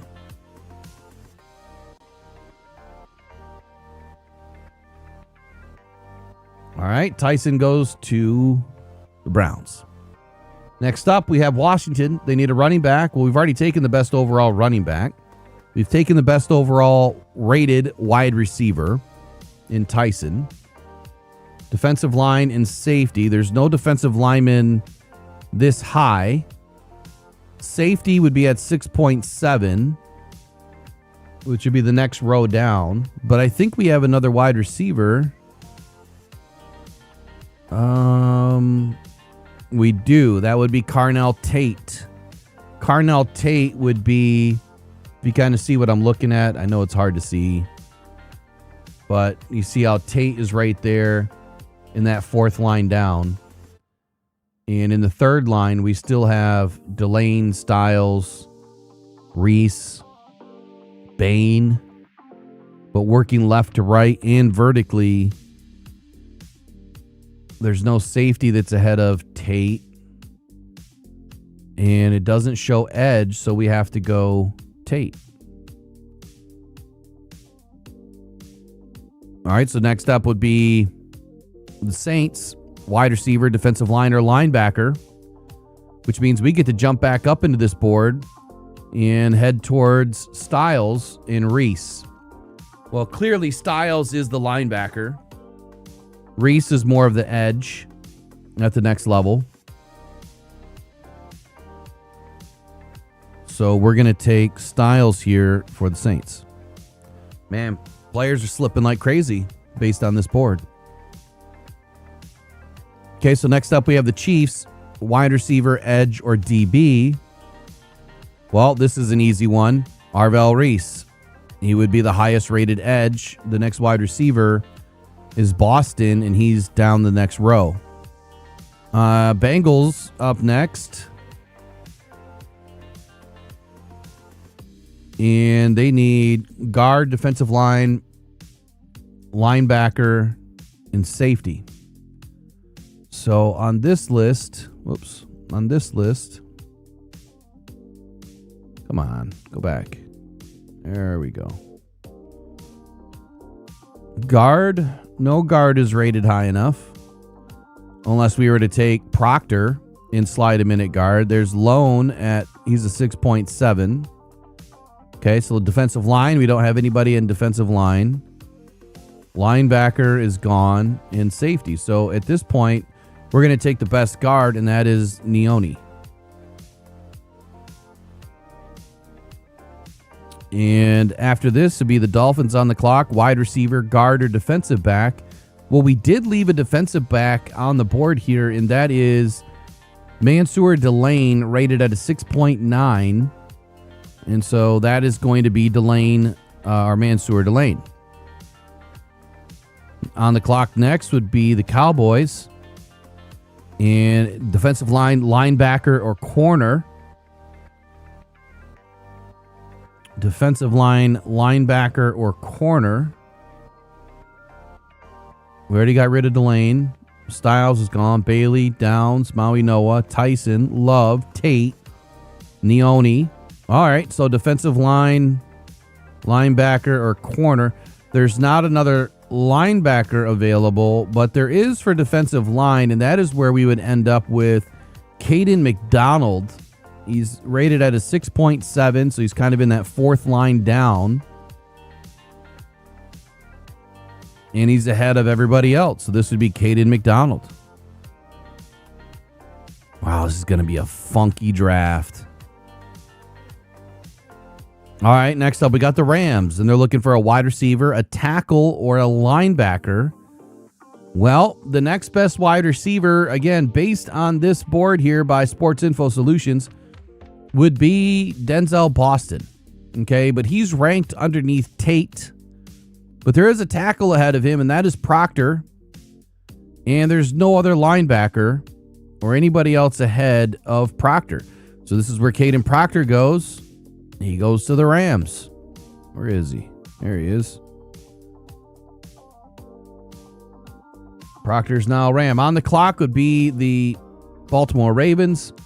And they're looking for a wide receiver, a center, a guard, or a linebacker. We already know there's no guards available unless you're going to put Fano in there as a guard. There is a receiver, which would be Boston. He would be the highest rated player on the board right now, as there is not a linebacker available other than, well, I guess we could go CJ Allen here. Now, I'm not doing scheme fit. I'm just going player for player here. We could do CJ Allen because CJ Allen is rated higher than Boston. Remember, we're going highest rated player. This is BPA all day. So we're going to go CJ Allen here. Man, that would be a hell of a reach, wouldn't it? All right, so now we got the Bucks on the clock. Tight end, well, I think we already know who that is, but Kenyon Sadiq is rated as a 6.6. He's in the next tier down. So we'll hold off on that. Guard. We don't have any guards. I mean, we have Fano. We could plug in as a guard.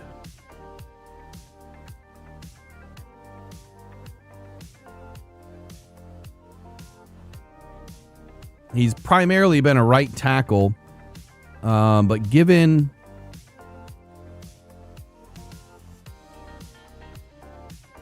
so it says here, according to PFF, Fano is somewhat undersized for the position, which shows up in his power, but he is an impressive athlete with explosiveness and fluidity and balance. His grip strength, competitiveness make him a strong fit, for an outside zone scheme.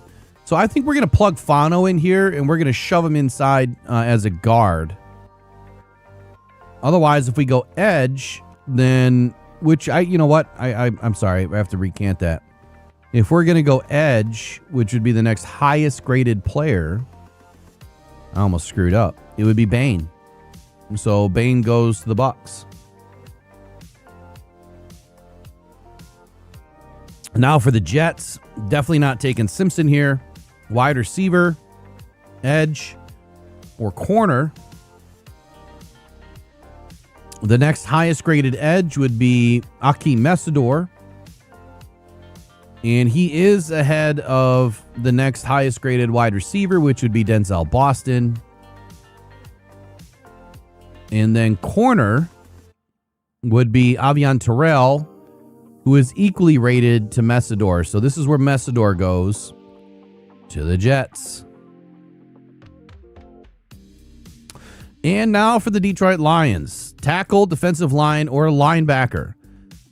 All right, defensive line would be the next highest rated position with Caden McDonald. Here, I'm going to show you the screen.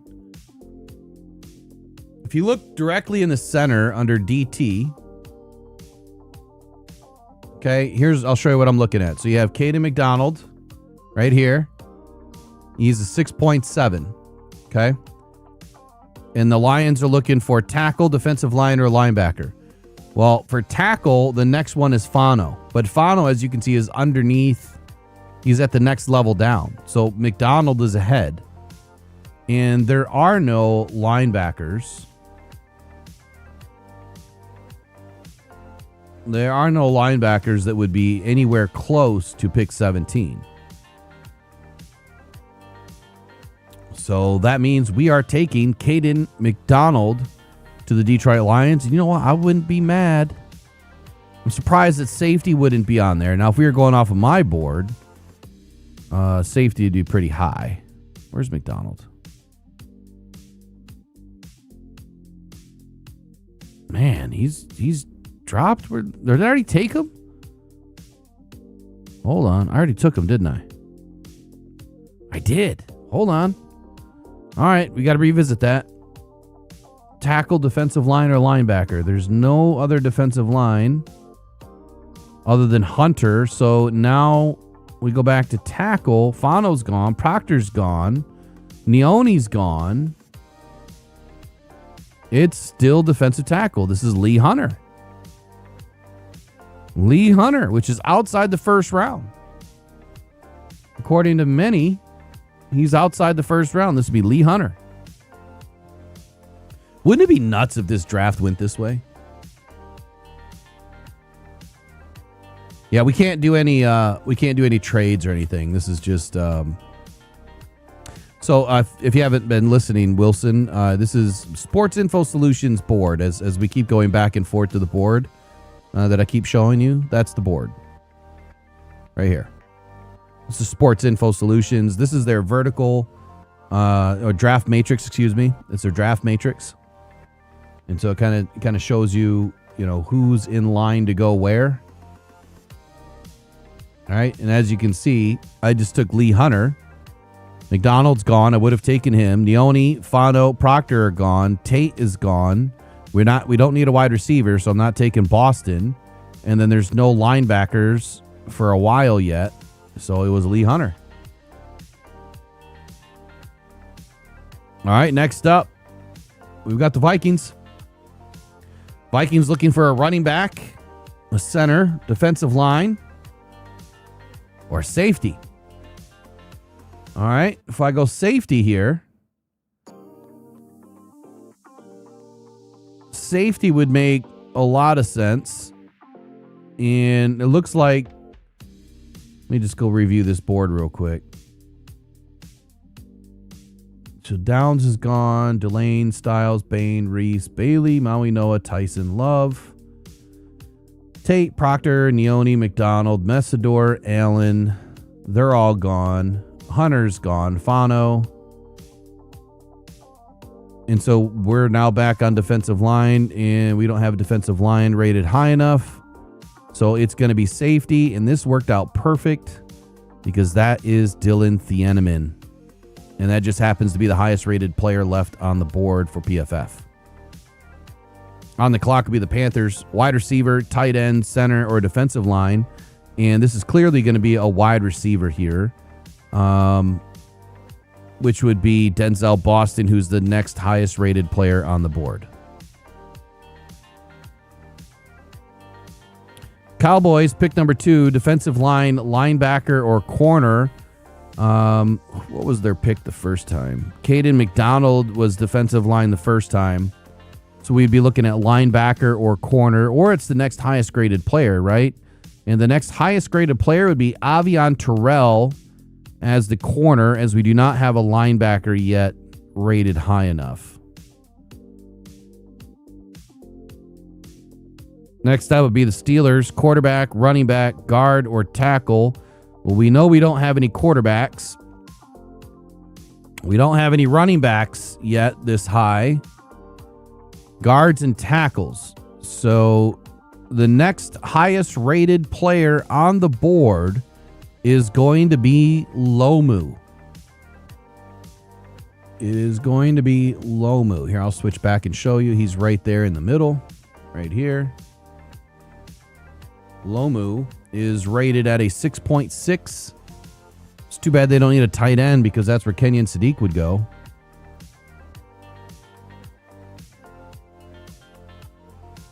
So, Lomu. Wait, hold on a sec. I thought Fano was gone.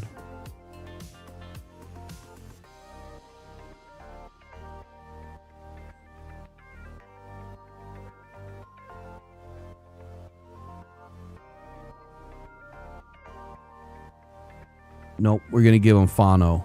And quite honestly, Fano probably should have already been gone.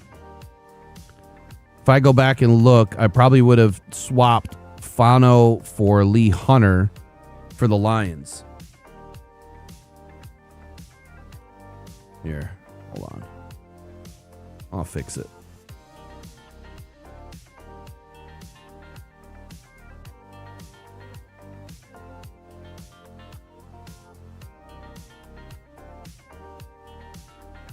1 sec. We'll fix it.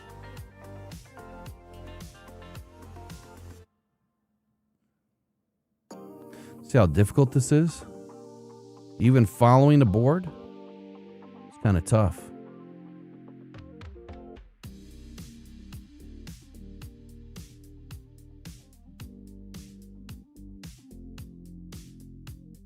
Let's see. Tate, where you at?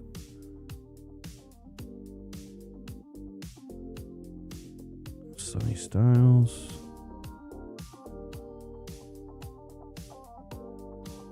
Reese. Yoni.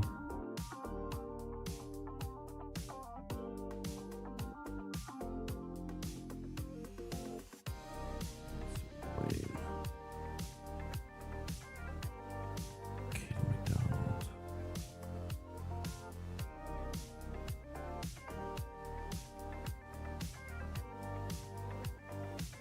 Proctor.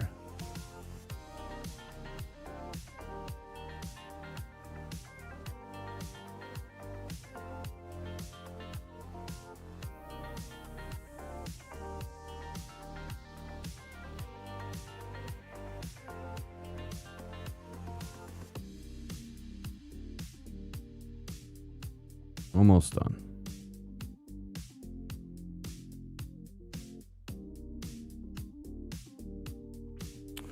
Okay, so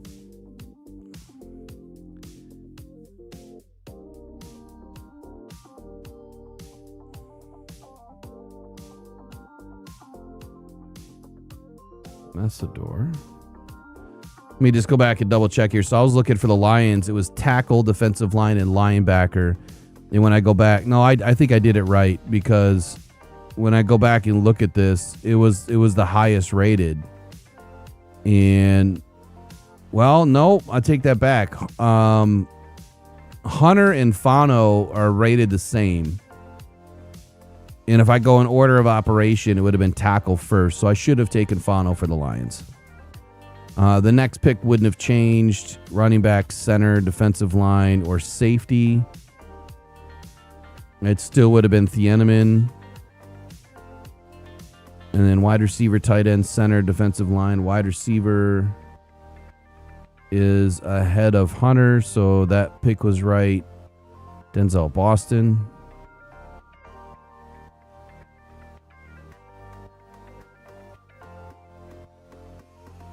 And then defensive line, linebacker, or corner for the Cowboys. The corner was rated higher than Hunter, so that still would have been Avion Terrell.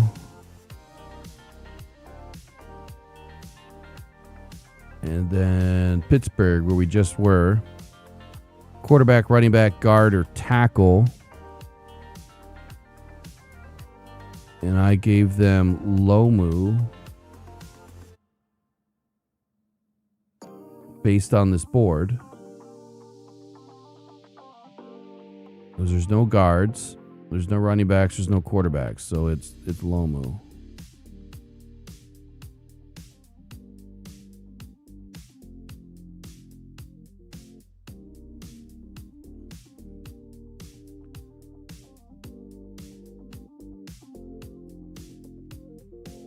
All right, let me reselect here.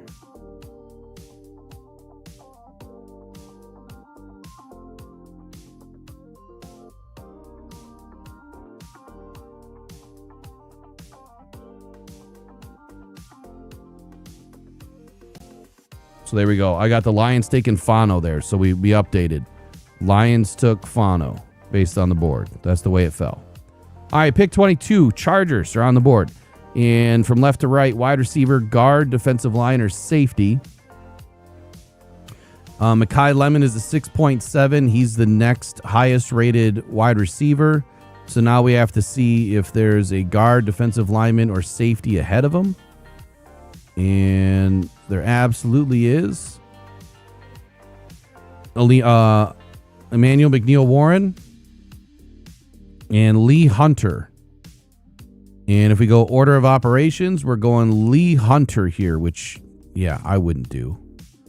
I would take Emmanuel McNeil Warren all day. But that's just not the way the cookie crumbles. Lee Hunter going to the Chargers. All right, now the Eagles on the clock. Wide receiver, tackle, edge, or safety. In the edge department, we don't have anybody until Parker, who's rated at a 6'6". So we're still in that 6'7" range. And in the 6'7" range, we have Mekhi Lemon, wide receiver, first available. Next to him, we would have to look at tackles. All the tackles are gone. Edge, if we move all the way over, there's no edge. And if we go safety, it's going to be McNeil Warren because he's rated higher. Browns up again. So quarterback, wide receiver, guard, or tackle. No quarterbacks. No guards. Tackles. Let's see. That's right. Lomu's already gone. So we got to go back to wide receiver. Didn't I give him a wide receiver the first time? I did. They're going to get a wide receiver twice? I don't think we can do that. I think we have to erase wide receiver off the board. Go guard or tackle. So that's going to drop them all the way down to Miller. Blake Miller. All right, next up is the Chicago Bears.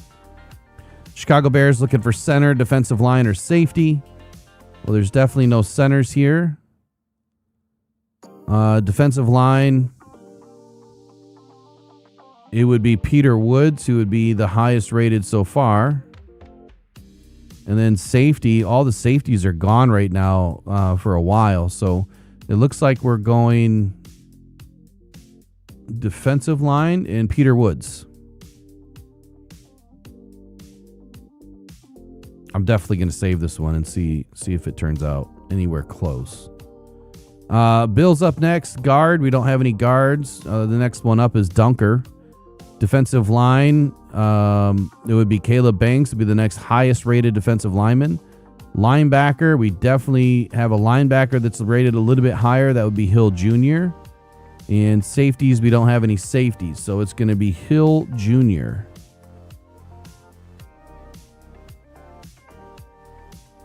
And he's way down there.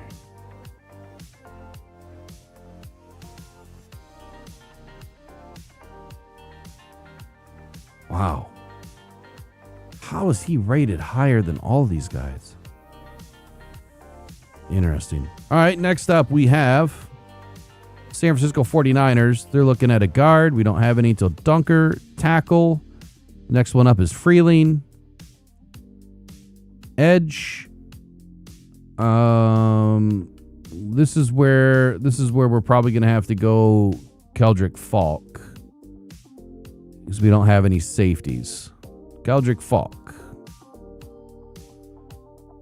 Houston's on the clock. Running back. We don't have any. Centers too early. Guard probably too early. Defensive tackle. Or defensive line. This is where Caleb Banks ends up. And Chiefs on the clock again. Wide receiver, edge, or DB. Well, the next highest rated player on the board is definitely going to be Mekhi Lemon. DBs are gone. Lemon's ahead of him anyway. And edge, he's ahead of Howell. Even though I think that they would take Howell. Mekhi Lemon's off the board going to Kansas City.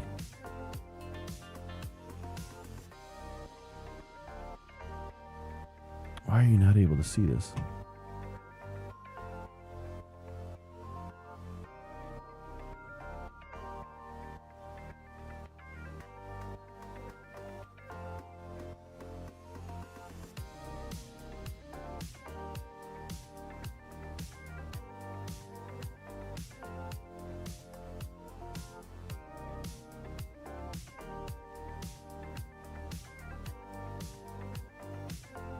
There, now you can see the last couple of picks.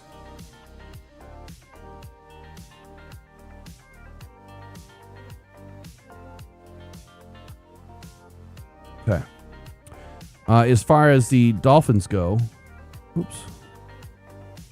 Wide receiver, guard, or DB? Well, we already know the answer here. There's no DBs. Well, I'll take that back. The next player that would be next highest available would be Hood, because guards are they're a ways away. This is Colton Hood.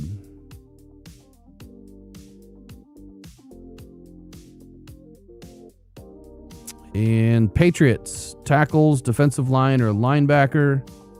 The next tackle is going to be Monroe Freeling. And he's rated right below his teammate, Christian Miller. And linebacker Jacob Rodriguez would be ahead of Freeling. So it's going to be Christian Miller, assuming he's still on the board.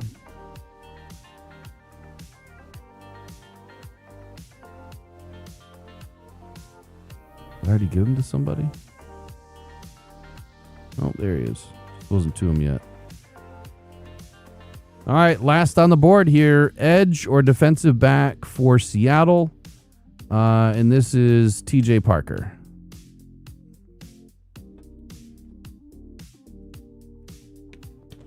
All right, I think I got one minor mistake in here. Let me fix this screen.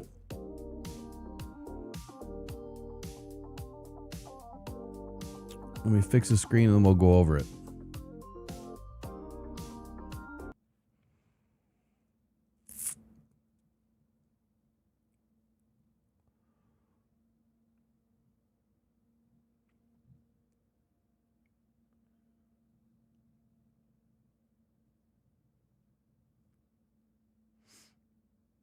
Very interesting process here, going through this whole board and trying to match it up to all the player or to all the teams and their needs based on what PFF says, right?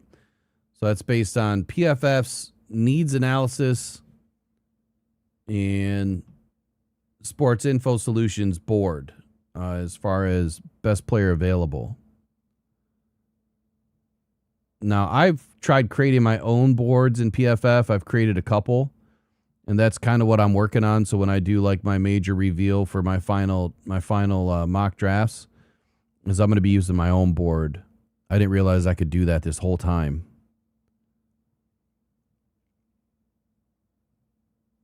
It takes a lot of work, though.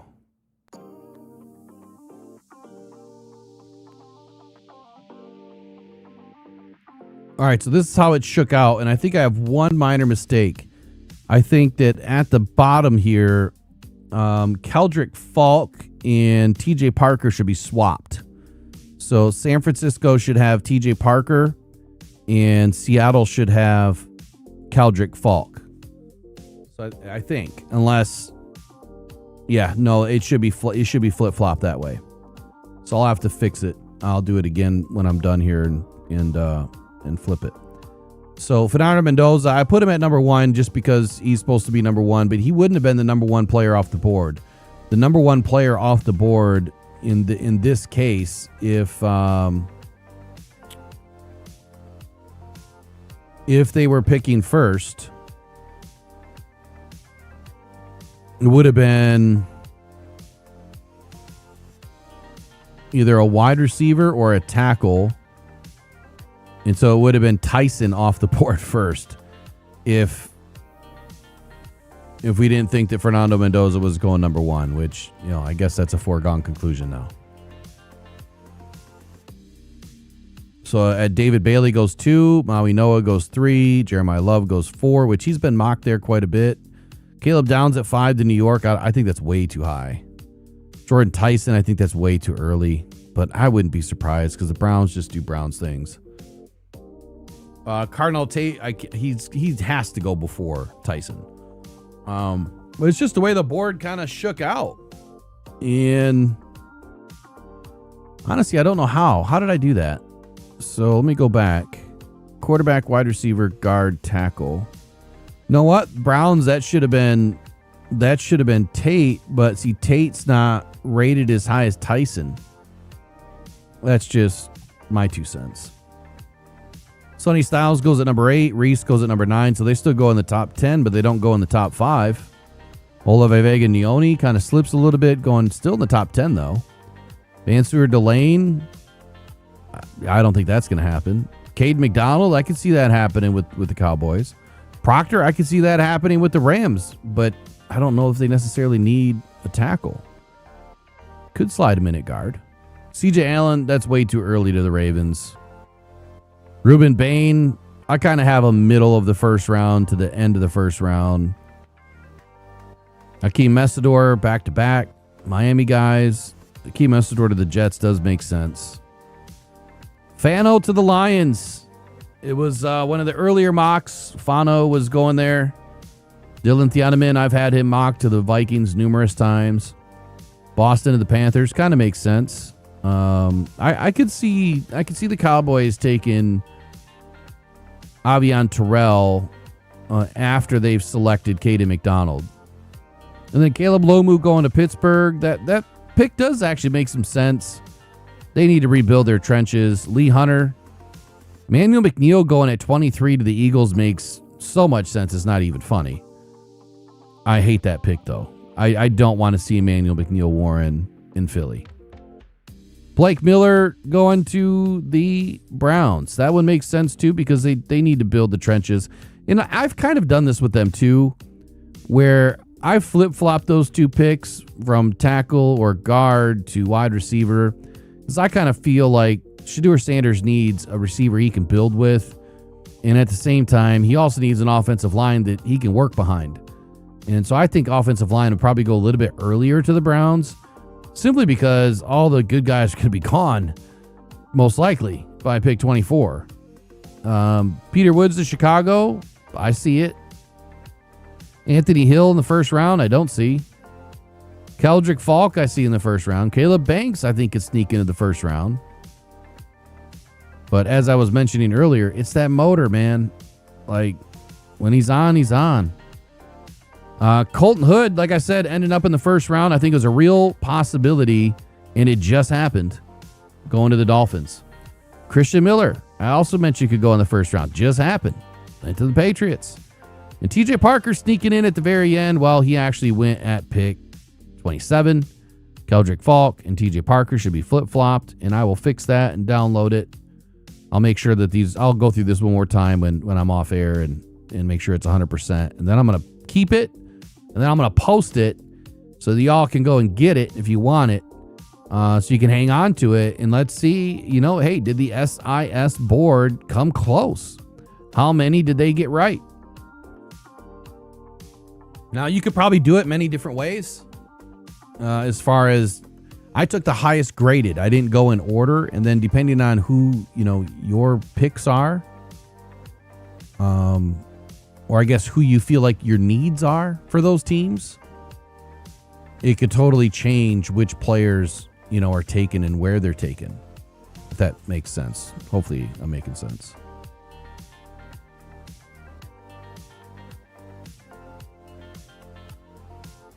All right, let's get out of the screen here.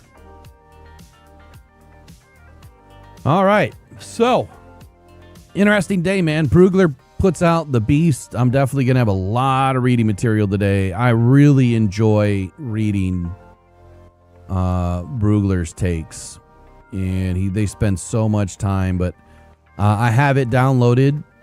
So for the members of the channel, please reach out to me. Email, just mailbag@rockdown.com, and we'll get you set up with the Brugler Beast so you guys can take a look at it.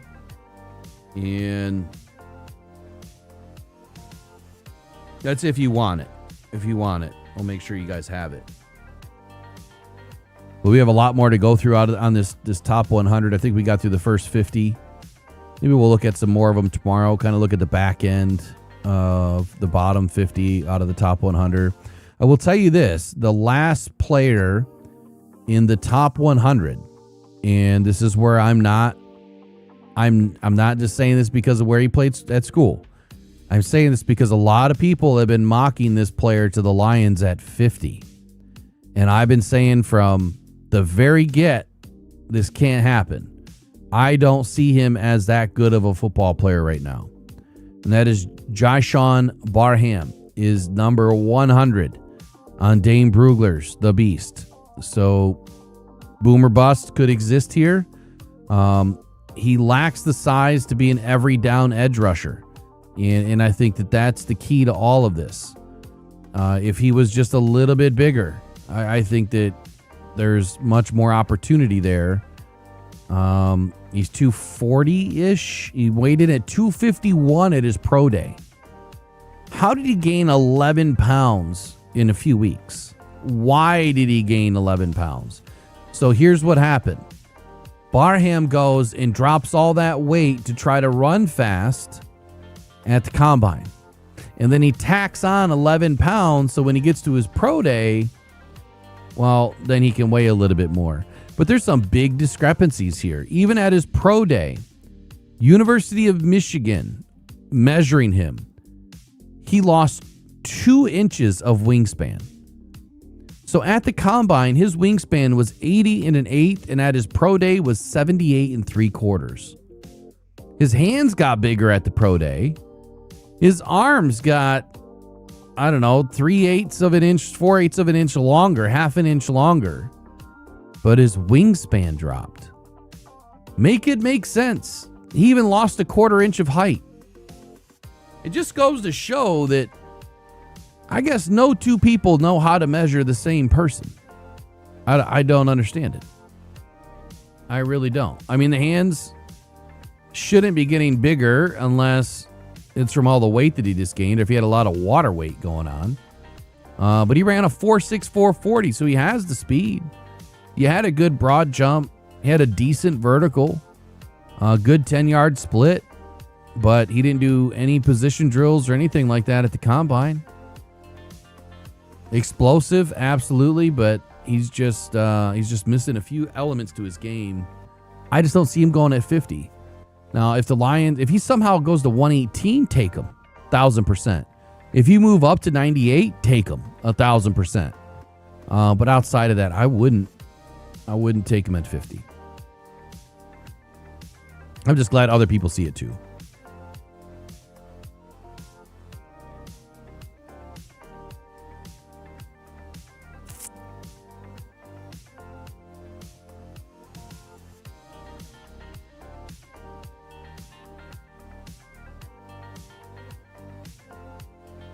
All right, get into the chat here.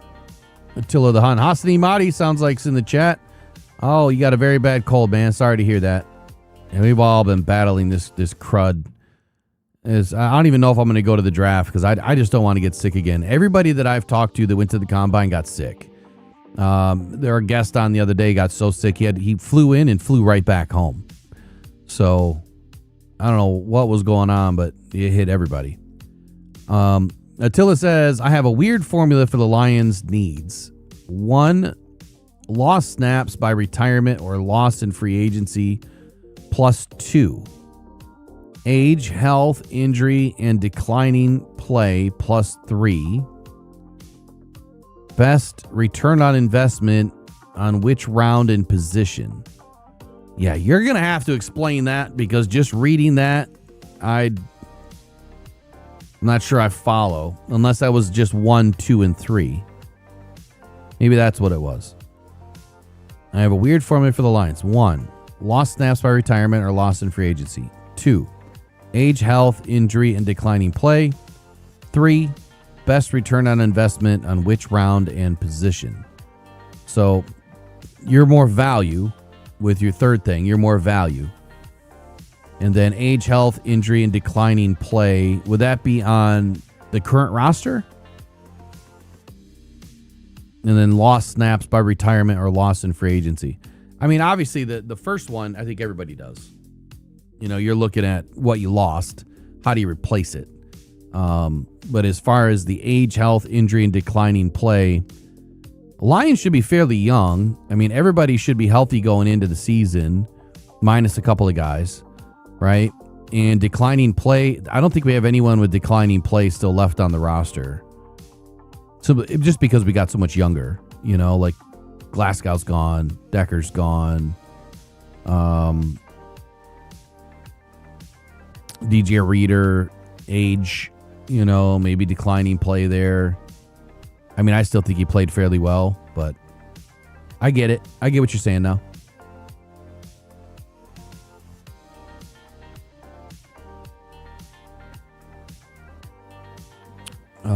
Let's see. Oh, all good, Wilson. Just want to make sure I explained it so you knew like which board we were going by. Not my board. It's their board. Great information at sportsinfosolutions.com. NFL Draft at sportsinfosolutions.com. And also, don't forget to check out Draft Signal. So if you're looking for local content creator write-ups, no bias, no fluff, no BS, and some NFL scout level stuff in there too, that would be draftsignal.pro. Draftsignal.pro. I have, a couple dozen write-ups in there myself. Then obviously DetroitFootballJournal.com. 3 really good sites for you guys. Of course, I'm a little biased to Detroit Football Journal. But that's just all my personal stuff that I put in there. I still have, 24 or 5 more to go. But we'll get it done. Need internet to get it done.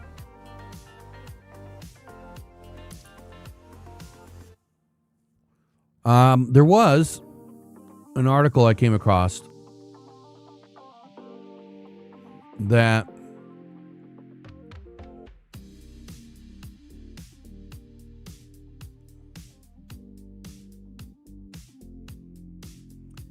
just kind of, gave me a little bit of sour grapes when the biggest name of the conversation right now is Caden Proctor, right? I'm not surprised. I'm not surprised at all. He's been my guy since day one. But when Caden Proctor is being mentioned by some other people, they mention things like, well, it's not without risk, right? And they mentioned that Daniel Jeremiah said that he hit 390 pounds. Does anyone realize that was in 2023? As a freshman, right? 2023 as a freshman.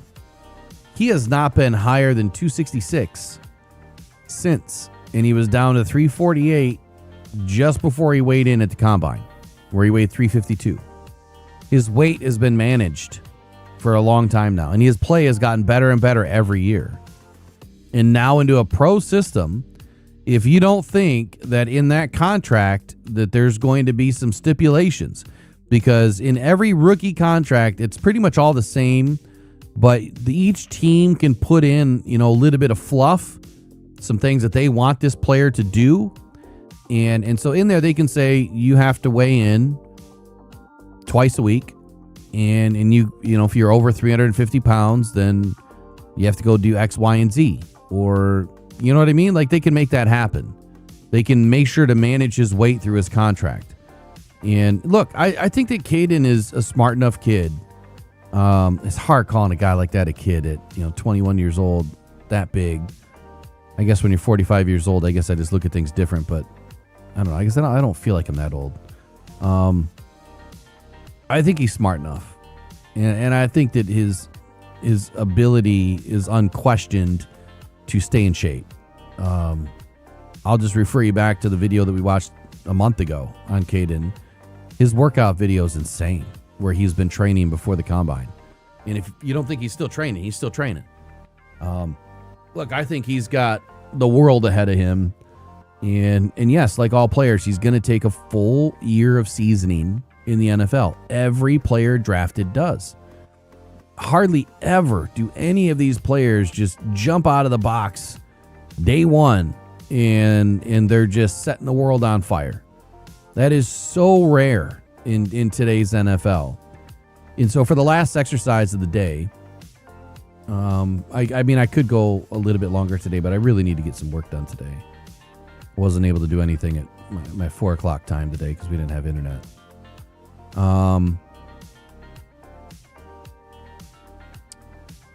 for the last exercise, I want to take a look back at 2025's draft.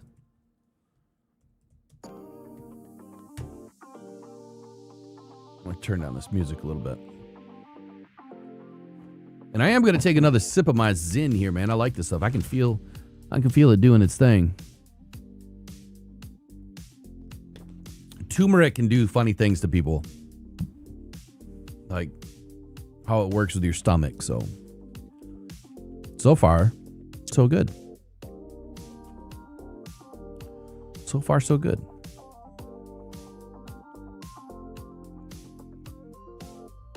So last year, let me pull. I gotta save that. Can't lose that.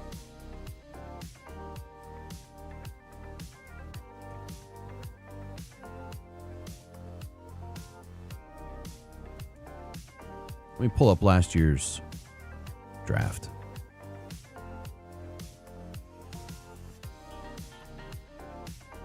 Let me pull open. We'll just pull up in PFF for the heck of it. No, I don't want PFF.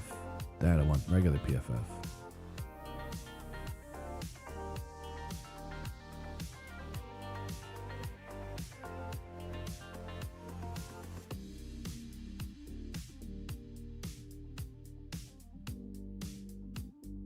Okay. Cam Ward. Cam Ward was number 1 overall. And did he have a good season last year? No. He did not. Most rookie quarterbacks don't.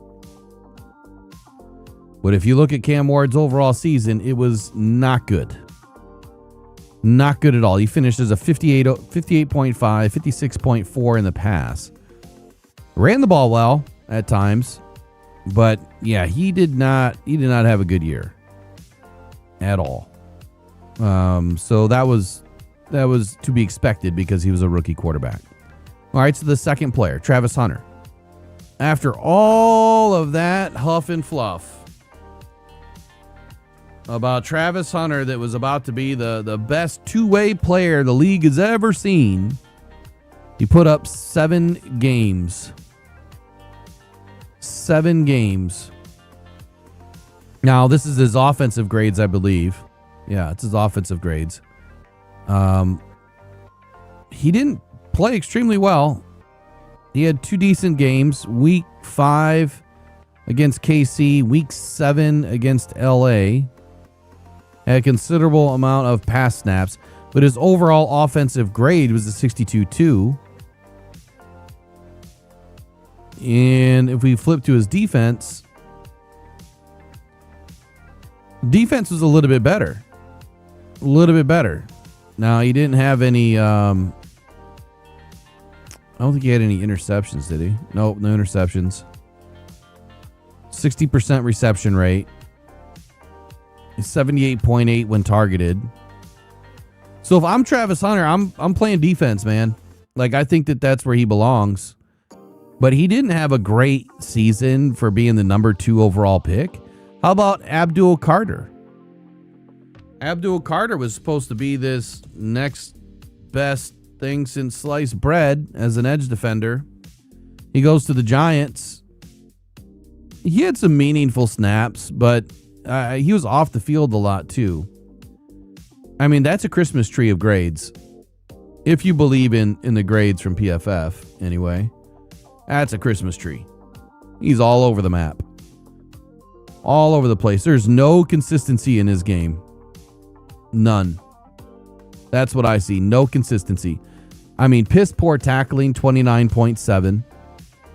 Run defense was a 54.4. His pass rush was his highest grade at 84.5. He had 5 sacks, 18 hits, 43 hurries. A 21.7 missed tackle rate. Golly. That is not good. That's terrible. And when asked to cover, well, he gave up way too much. So not a great year, but I would say a C+. Well, Will Campbell, I mean, I told you what was going to happen to Will Campbell in the Super Bowl. Told you he was going to get thrashed. But how did he do the rest of the year? It'd probably help if we were on offense. Here, let's switch to blocking. Some consistency in here. I mean, for the most part, but as you got into the last 3 games of the year, you know, after the wild card, okay, you get into the divisional round, the conference championship, and the Super Bowl. He just got worse and worse and worse. So when he went up against the best players, they just crushed him. They crushed him. Why? Because throughout the entire season, you know, you had a 4th place schedule. And then you start playing against the best of the best, and you can't stop a bloody nose. He just got lit on fire. How many pressures did he allow? He allowed 3 sacks in 3 games in the playoffs, 2 quarterback hits, and 6, 7, at least 9 hurries. I think he had way more than that. At least 9 hurries in the last 3 games. A total of at least 14 pressures in the last 3 games. Not good. I'd give him a C+ as well, because the first portion of his season was pretty good for a rookie. And then when it came time to perform, he fell apart. And when you're going up against the first place schedule, you're going to find out this year that potentially who he was supposed to be is who he is. We'll see. How about Mason Graham?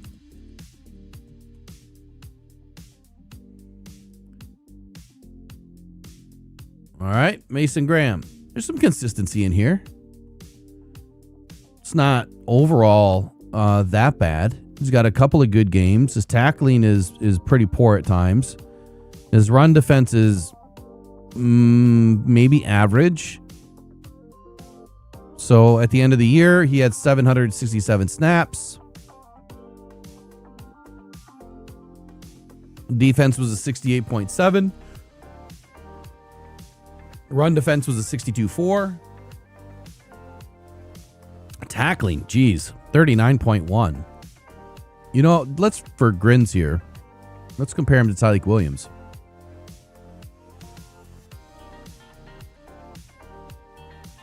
Oops, I can't spell.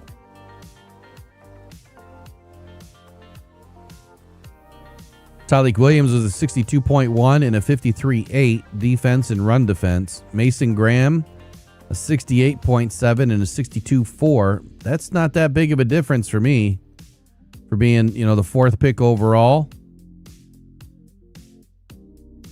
to end of the first round.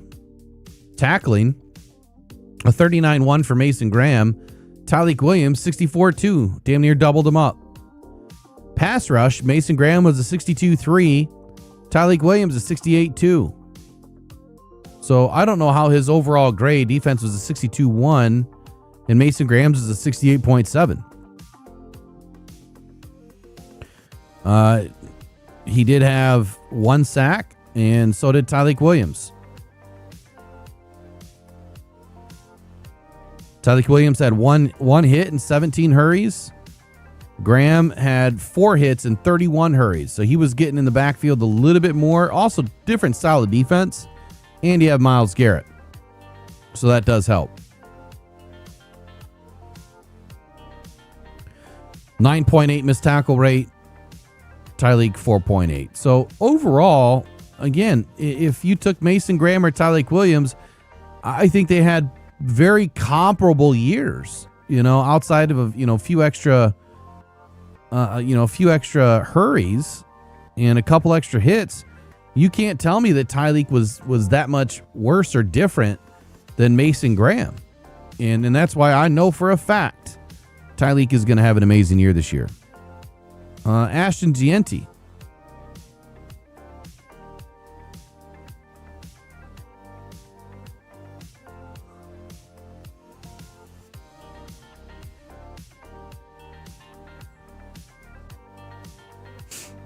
He had a pretty good season. Pass blocking was terrible.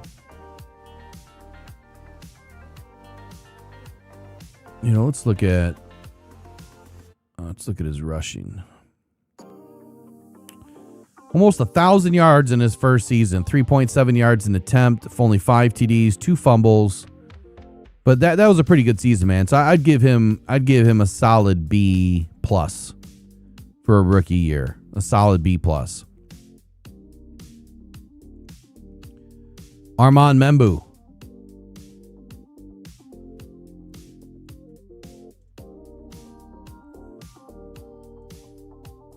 Why is he not showing up? Did I spell his name wrong? Oh, there's an A in there. I thought it was an O. I must be still spelling it wrong. Armand Membu. Oh, there it goes. Let's see. Offense for him. Pretty damn good year, man. Solid year.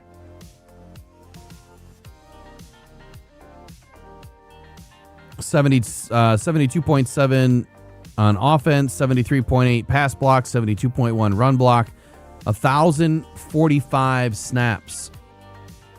1,045 snaps. 7th overall, number 1 tackle taken in the draft. He had a great season, so I give him a solid A-. Teteroya McMillan, we don't even need to go through that one. He had a great year. Calvin Banks Jr.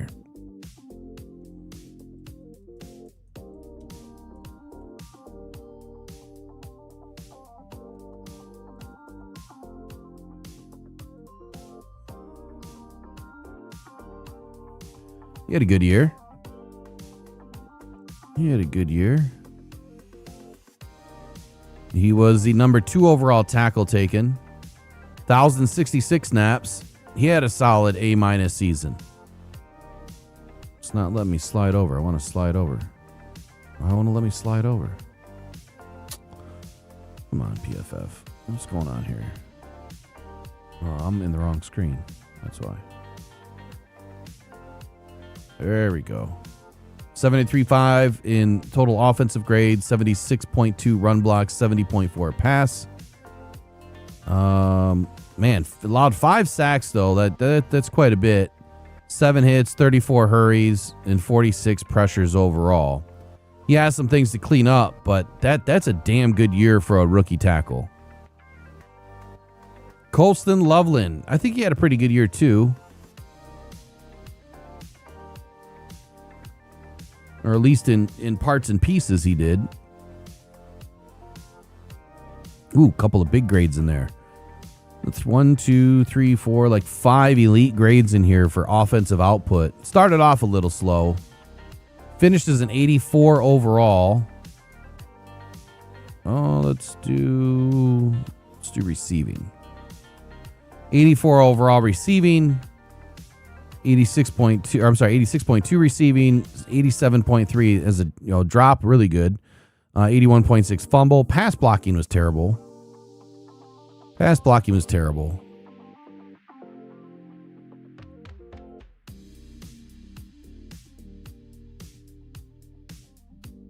Pretty solid year for Colston Loveland. So far, I mean, out of the top 10, you'd had Colston Loveland, Calvin Banks, Teteroya McMillan, Armand Membu that had pretty solid years. I'd give all those guys A-. I think I said Ashton Genty, I'd give a solid B+. Graham, probably a B+. Campbell, not so good. But as we keep going down, let's go to where's my guy at? Oh, Nick Scorton, and go to the second. That's right. I'm still surprised by that. I can't believe he didn't go to the second. So let's do this. Let's look at his cohort there. Shamar, where's he at?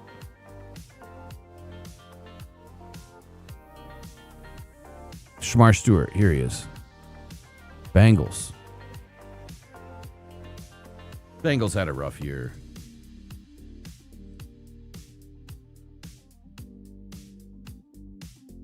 he had a rough year too. He only played in a handful of games. So here's a guy that, you know, everyone expected was going to be this great football player. And I still think he's going to be. I still think he has the tools to put it together. But he had a very rough season. But that entire team did. You know, it's part of the reason why they've got new coaching staff over there and everything else. But 1 sack on the season. He only played in 280 total snaps. So a very rough year. So taking a top defensive end doesn't always work out. And that's why when Brad Holmes passes on top defensive ends, there's a reason for it. They don't always have a great year. Jelon Walker ended up being a linebacker as expected. Tyler Warren had a pretty good year. I think he got injured at some point. Kenneth Grant. Let's take a look at Kenneth Grant.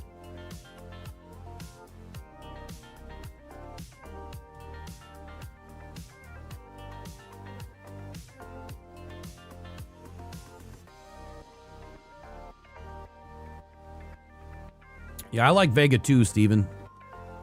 I like Vega. That's the question, man. Do you guys think that the Lions would take a guard over the tackle if Vega did slip? I almost think that they would. I guess it all depends on who's there. Like if Proctor's gone and Vega's there, absolutely. All right, Kenneth Grant. Kenneth Grant. He had an up and down year, man, but he didn't have as good as a year as Tyleik Williams. And this is the second Michigan player selected in the top 15 of the draft. Yeah, 13 overall. And he didn't do as well as Tyleik Williams. And here we have a lot of Lions fans complaining that we took Tyleik Williams in the first round and he had as good, if not better, of a season than the 2 number 1 defensive tackles taken in this draft. Isn't that crazy? Yeah, he had 2 more sacks, could care less. Look at his grades. That tells you how much he's doing that's not good. Right? That's not good. Not a good year. C-. Walter Nolan, let's take a look at him. So another defensive tackle taken in the first round. Man, last year's draft was, I'm telling you, it was so much more loaded in certain areas. Much better than this year. Walter barely played last year. When he was in, he showed up against San Francisco, Seattle, and Dallas. Those are pretty decent grades. And then, obviously, he didn't finish well. I don't know how he got such high grades because his play was not that great. And he didn't play that much. So he didn't even have 200 snaps. It's really hard to grade a guy when they don't even have 250 snaps or more. So I would take all these grades and I would drop them a whole decimal. Like I'd take a 74, turn it into a 64, 57, turn it into a 47 because he didn't even get 200 snaps. 250 is the minimum. But he ended up producing 2 sacks out of 169 snaps. The question is, who did they come against? One against Dallas and one against Houston.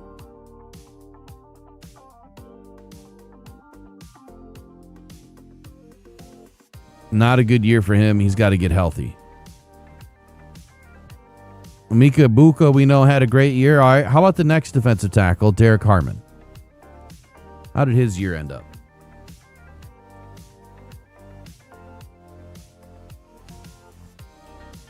Ooh, Christmas tree. Ooh. 490 total snaps, 49 50s across the board. Ended up with 5 sacks, though. Found his way into the backfield. 9.7% missed tackle rate. Ended up with 17 hurries, 1 batted pass, 19 tackles. The question is, how did the Steelers finish? Not so hot.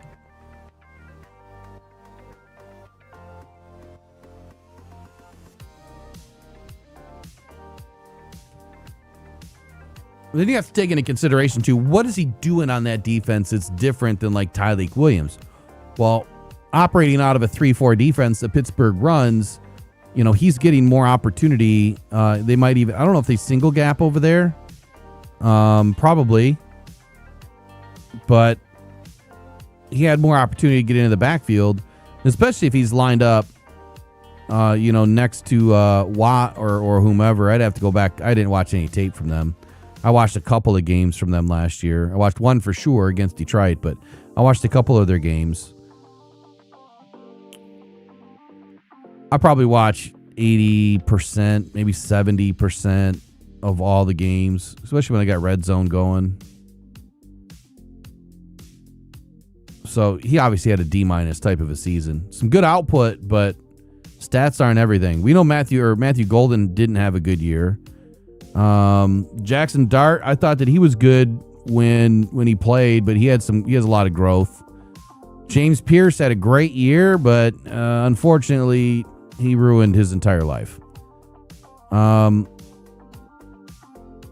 Jahad Campbell, the linebacker that the Lions passed on. How did that work out?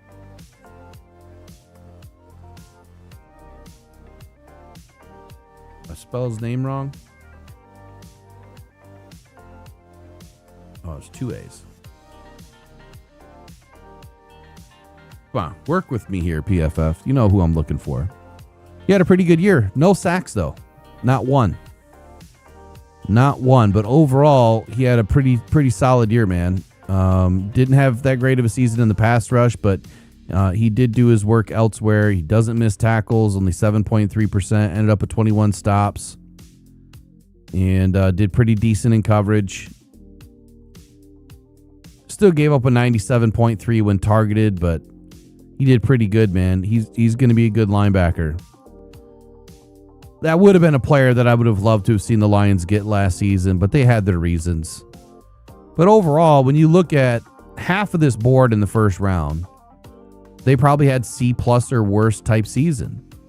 You have more of a handful of B's, B-, B+ seasons out of these guys, and you have a couple of A's. If I were to hand out some A's, it would probably be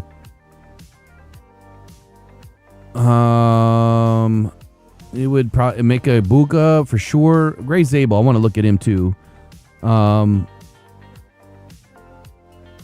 Let's look up Gray Zabel.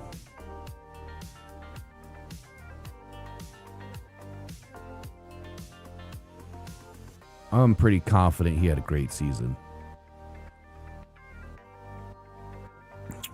Let's see. Blocking wise, let's check him out. How many hits and stuff did you give up? You only gave up 5 hits and 2 sacks. That is solid. That is a solid year. His grades weren't the greatest.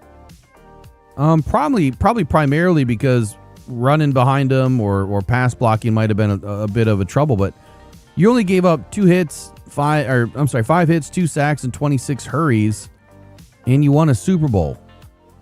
Like, his best games came in the last 4 games of the year. San Francisco, 93.4. San Francisco the following week in the divisional round, 80.4. Conference championship, he had a big drop off. And then in the Super Bowl, he leveled up a little bit. Now, in the pass block, he had some trouble. But this was a rookie in a Super Bowl in his first year, and he got better as time went on. During the middle of the season, he struggled hard. He also went up against some pretty solid teams. Minnesota's defense, the Rams' defense, Washington's defense, Houston's defense, Jacksonville's defense, hell, Tampa's defense. He went up against some strong teams, and then to turn it on at the end of the season, Gray Zabel turned in a great year. But unfortunately, you got to give him probably a C+. So A's I would hand out Tedoroya McMillan, Colston Loveland, Tyler Warren, Mika Egbuka,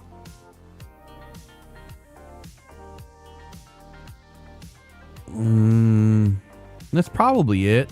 There might be another offensive lineman in there that could probably get pretty close to an A. And maybe I'm wrong. Maybe there's a couple more in there, but I would say that's it. So mostly receivers, right? And so that's why I always say, when you think about having to trade a player, like if the Lions did end up trading someone like Jameson Williams, why do I say it's okay?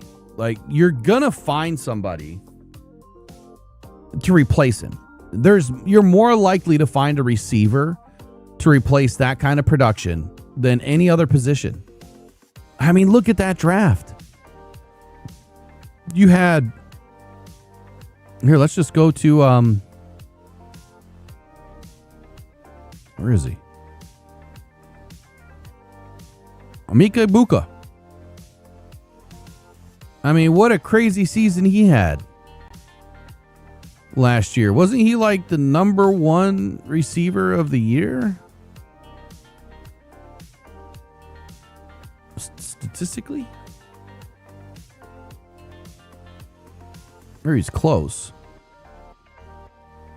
930, for a rookie, 938 yards, 63 receptions, 6 TDs, 14.9 average. I mean, what a great season. What a great season for him. How about Teteroya McMillan? Where's he at? Now, I will put my hand up in shame because I did not expect Teteroya McMillan to have the season that he did. Maybe he had a lucky year. I don't see him being a long-term, big-time player like that. We'll see. He'll have to back it up this year. He beat out Emeka. I think Emeka went down for a couple of games last year, if I remember correctly. But 1,000 yards, 70 receptions, 7 TDs. I mean, what a phenomenal year. What a phenomenal year. Who else was in that first round? Obviously, Travis Hunter didn't work out. I thought there was one more. We know Golden didn't do anything. Maybe there wasn't another one. I think that was it. But Colston Loveland had a good year. Tyler Warren had a good year.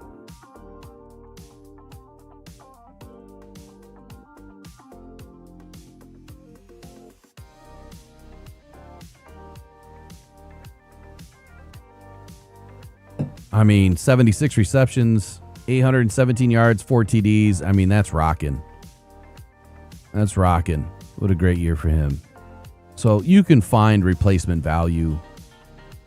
You can find someone, even if we go to the second round, I'm sure we could find some more players that put up some decent yards. Or even if you look at some guys in year 2, where they've panned out over the course of their career. So anyway, I went on a little bit longer than I wanted to today. I'm glad that we went through, top 50 of the Brugler. We did our mock draft based on the draft matrix for Sports Info Solutions, and where that lended to who the Lions would be picking was Caleb Lomu. Right? I think it was Caleb Lomu. No, Spencer Fano. Excuse me, Spencer Fano. So I mean, I wouldn't be mad at the choice, but it would just, I don't know, man. I'd rather, if you're gonna get a right tackle, I guess you take a right tackle. I just don't see an edge. I don't see an edge in the first round, unless it's Keldrick Falk, unless somebody slips big time, and I don't see Brad Holmes moving way up to do anything. I do see him trading back. So anyway, tonight I'm going to put out some mock drafts. I got a lot of work to do. Appreciate you guys joining me this morning. Sorry about, again, the late start. I can't really do anything about it. When the internet decides to do what it's going to do. Planning on being on tomorrow, and then tomorrow afternoon, we're talking about Edge tomorrow. And tomorrow at 3 p.m., Nathan Cooper is going to join us, one of the scouts for Sports Info Solutions. Going to break down the Edge. So Do me a favor, again, mailbag at rockdown.com. Start getting your questions back in. I'll start visiting the email every day or every night by 9 p.m. Start getting your questions in so we can start doing some mailbag sessions again. But get your questions in for Nathan Cooper, and then what edge players that you want to talk about, I want to put on the list. So I have to send them a list today. So give me the players that you want to discuss as quickly as possible, or put them in the chat right now. Let me know who it is that you want to discuss tomorrow at 3 p.m. and then I'll clip it up and we'll put some clips out there too, so we can just kind of break it down individually. That's it, man. We'll see you guys tomorrow morning, and then again tomorrow afternoon at 3 p.m. I believe everything is already up on the YouTube. So you should know, or at least get notified when it happens. And don't forget to turn notifications on and subscribe if you haven't. I was just notified by somebody that they were unsubscribed and they don't know how. But this happened about 2 years ago. We had a lot of people that were unsubscribed and they don't know how. And it happens. I was unsubscribed from a lot of things, and I didn't have notifications turned on for a lot of things that I watched daily. So even though you watch and listen every single day, that doesn't mean that you're subscribed, and it really helps out the channel. We need to push this thing above 15, 20K this year is the goal, 20K. We need to get this thing above 15K by the draft. So let's do it. We got 1,700 to go. Let's get it. And appreciate you guys joining us. See you guys later. Take care. Go on Pride. Adios.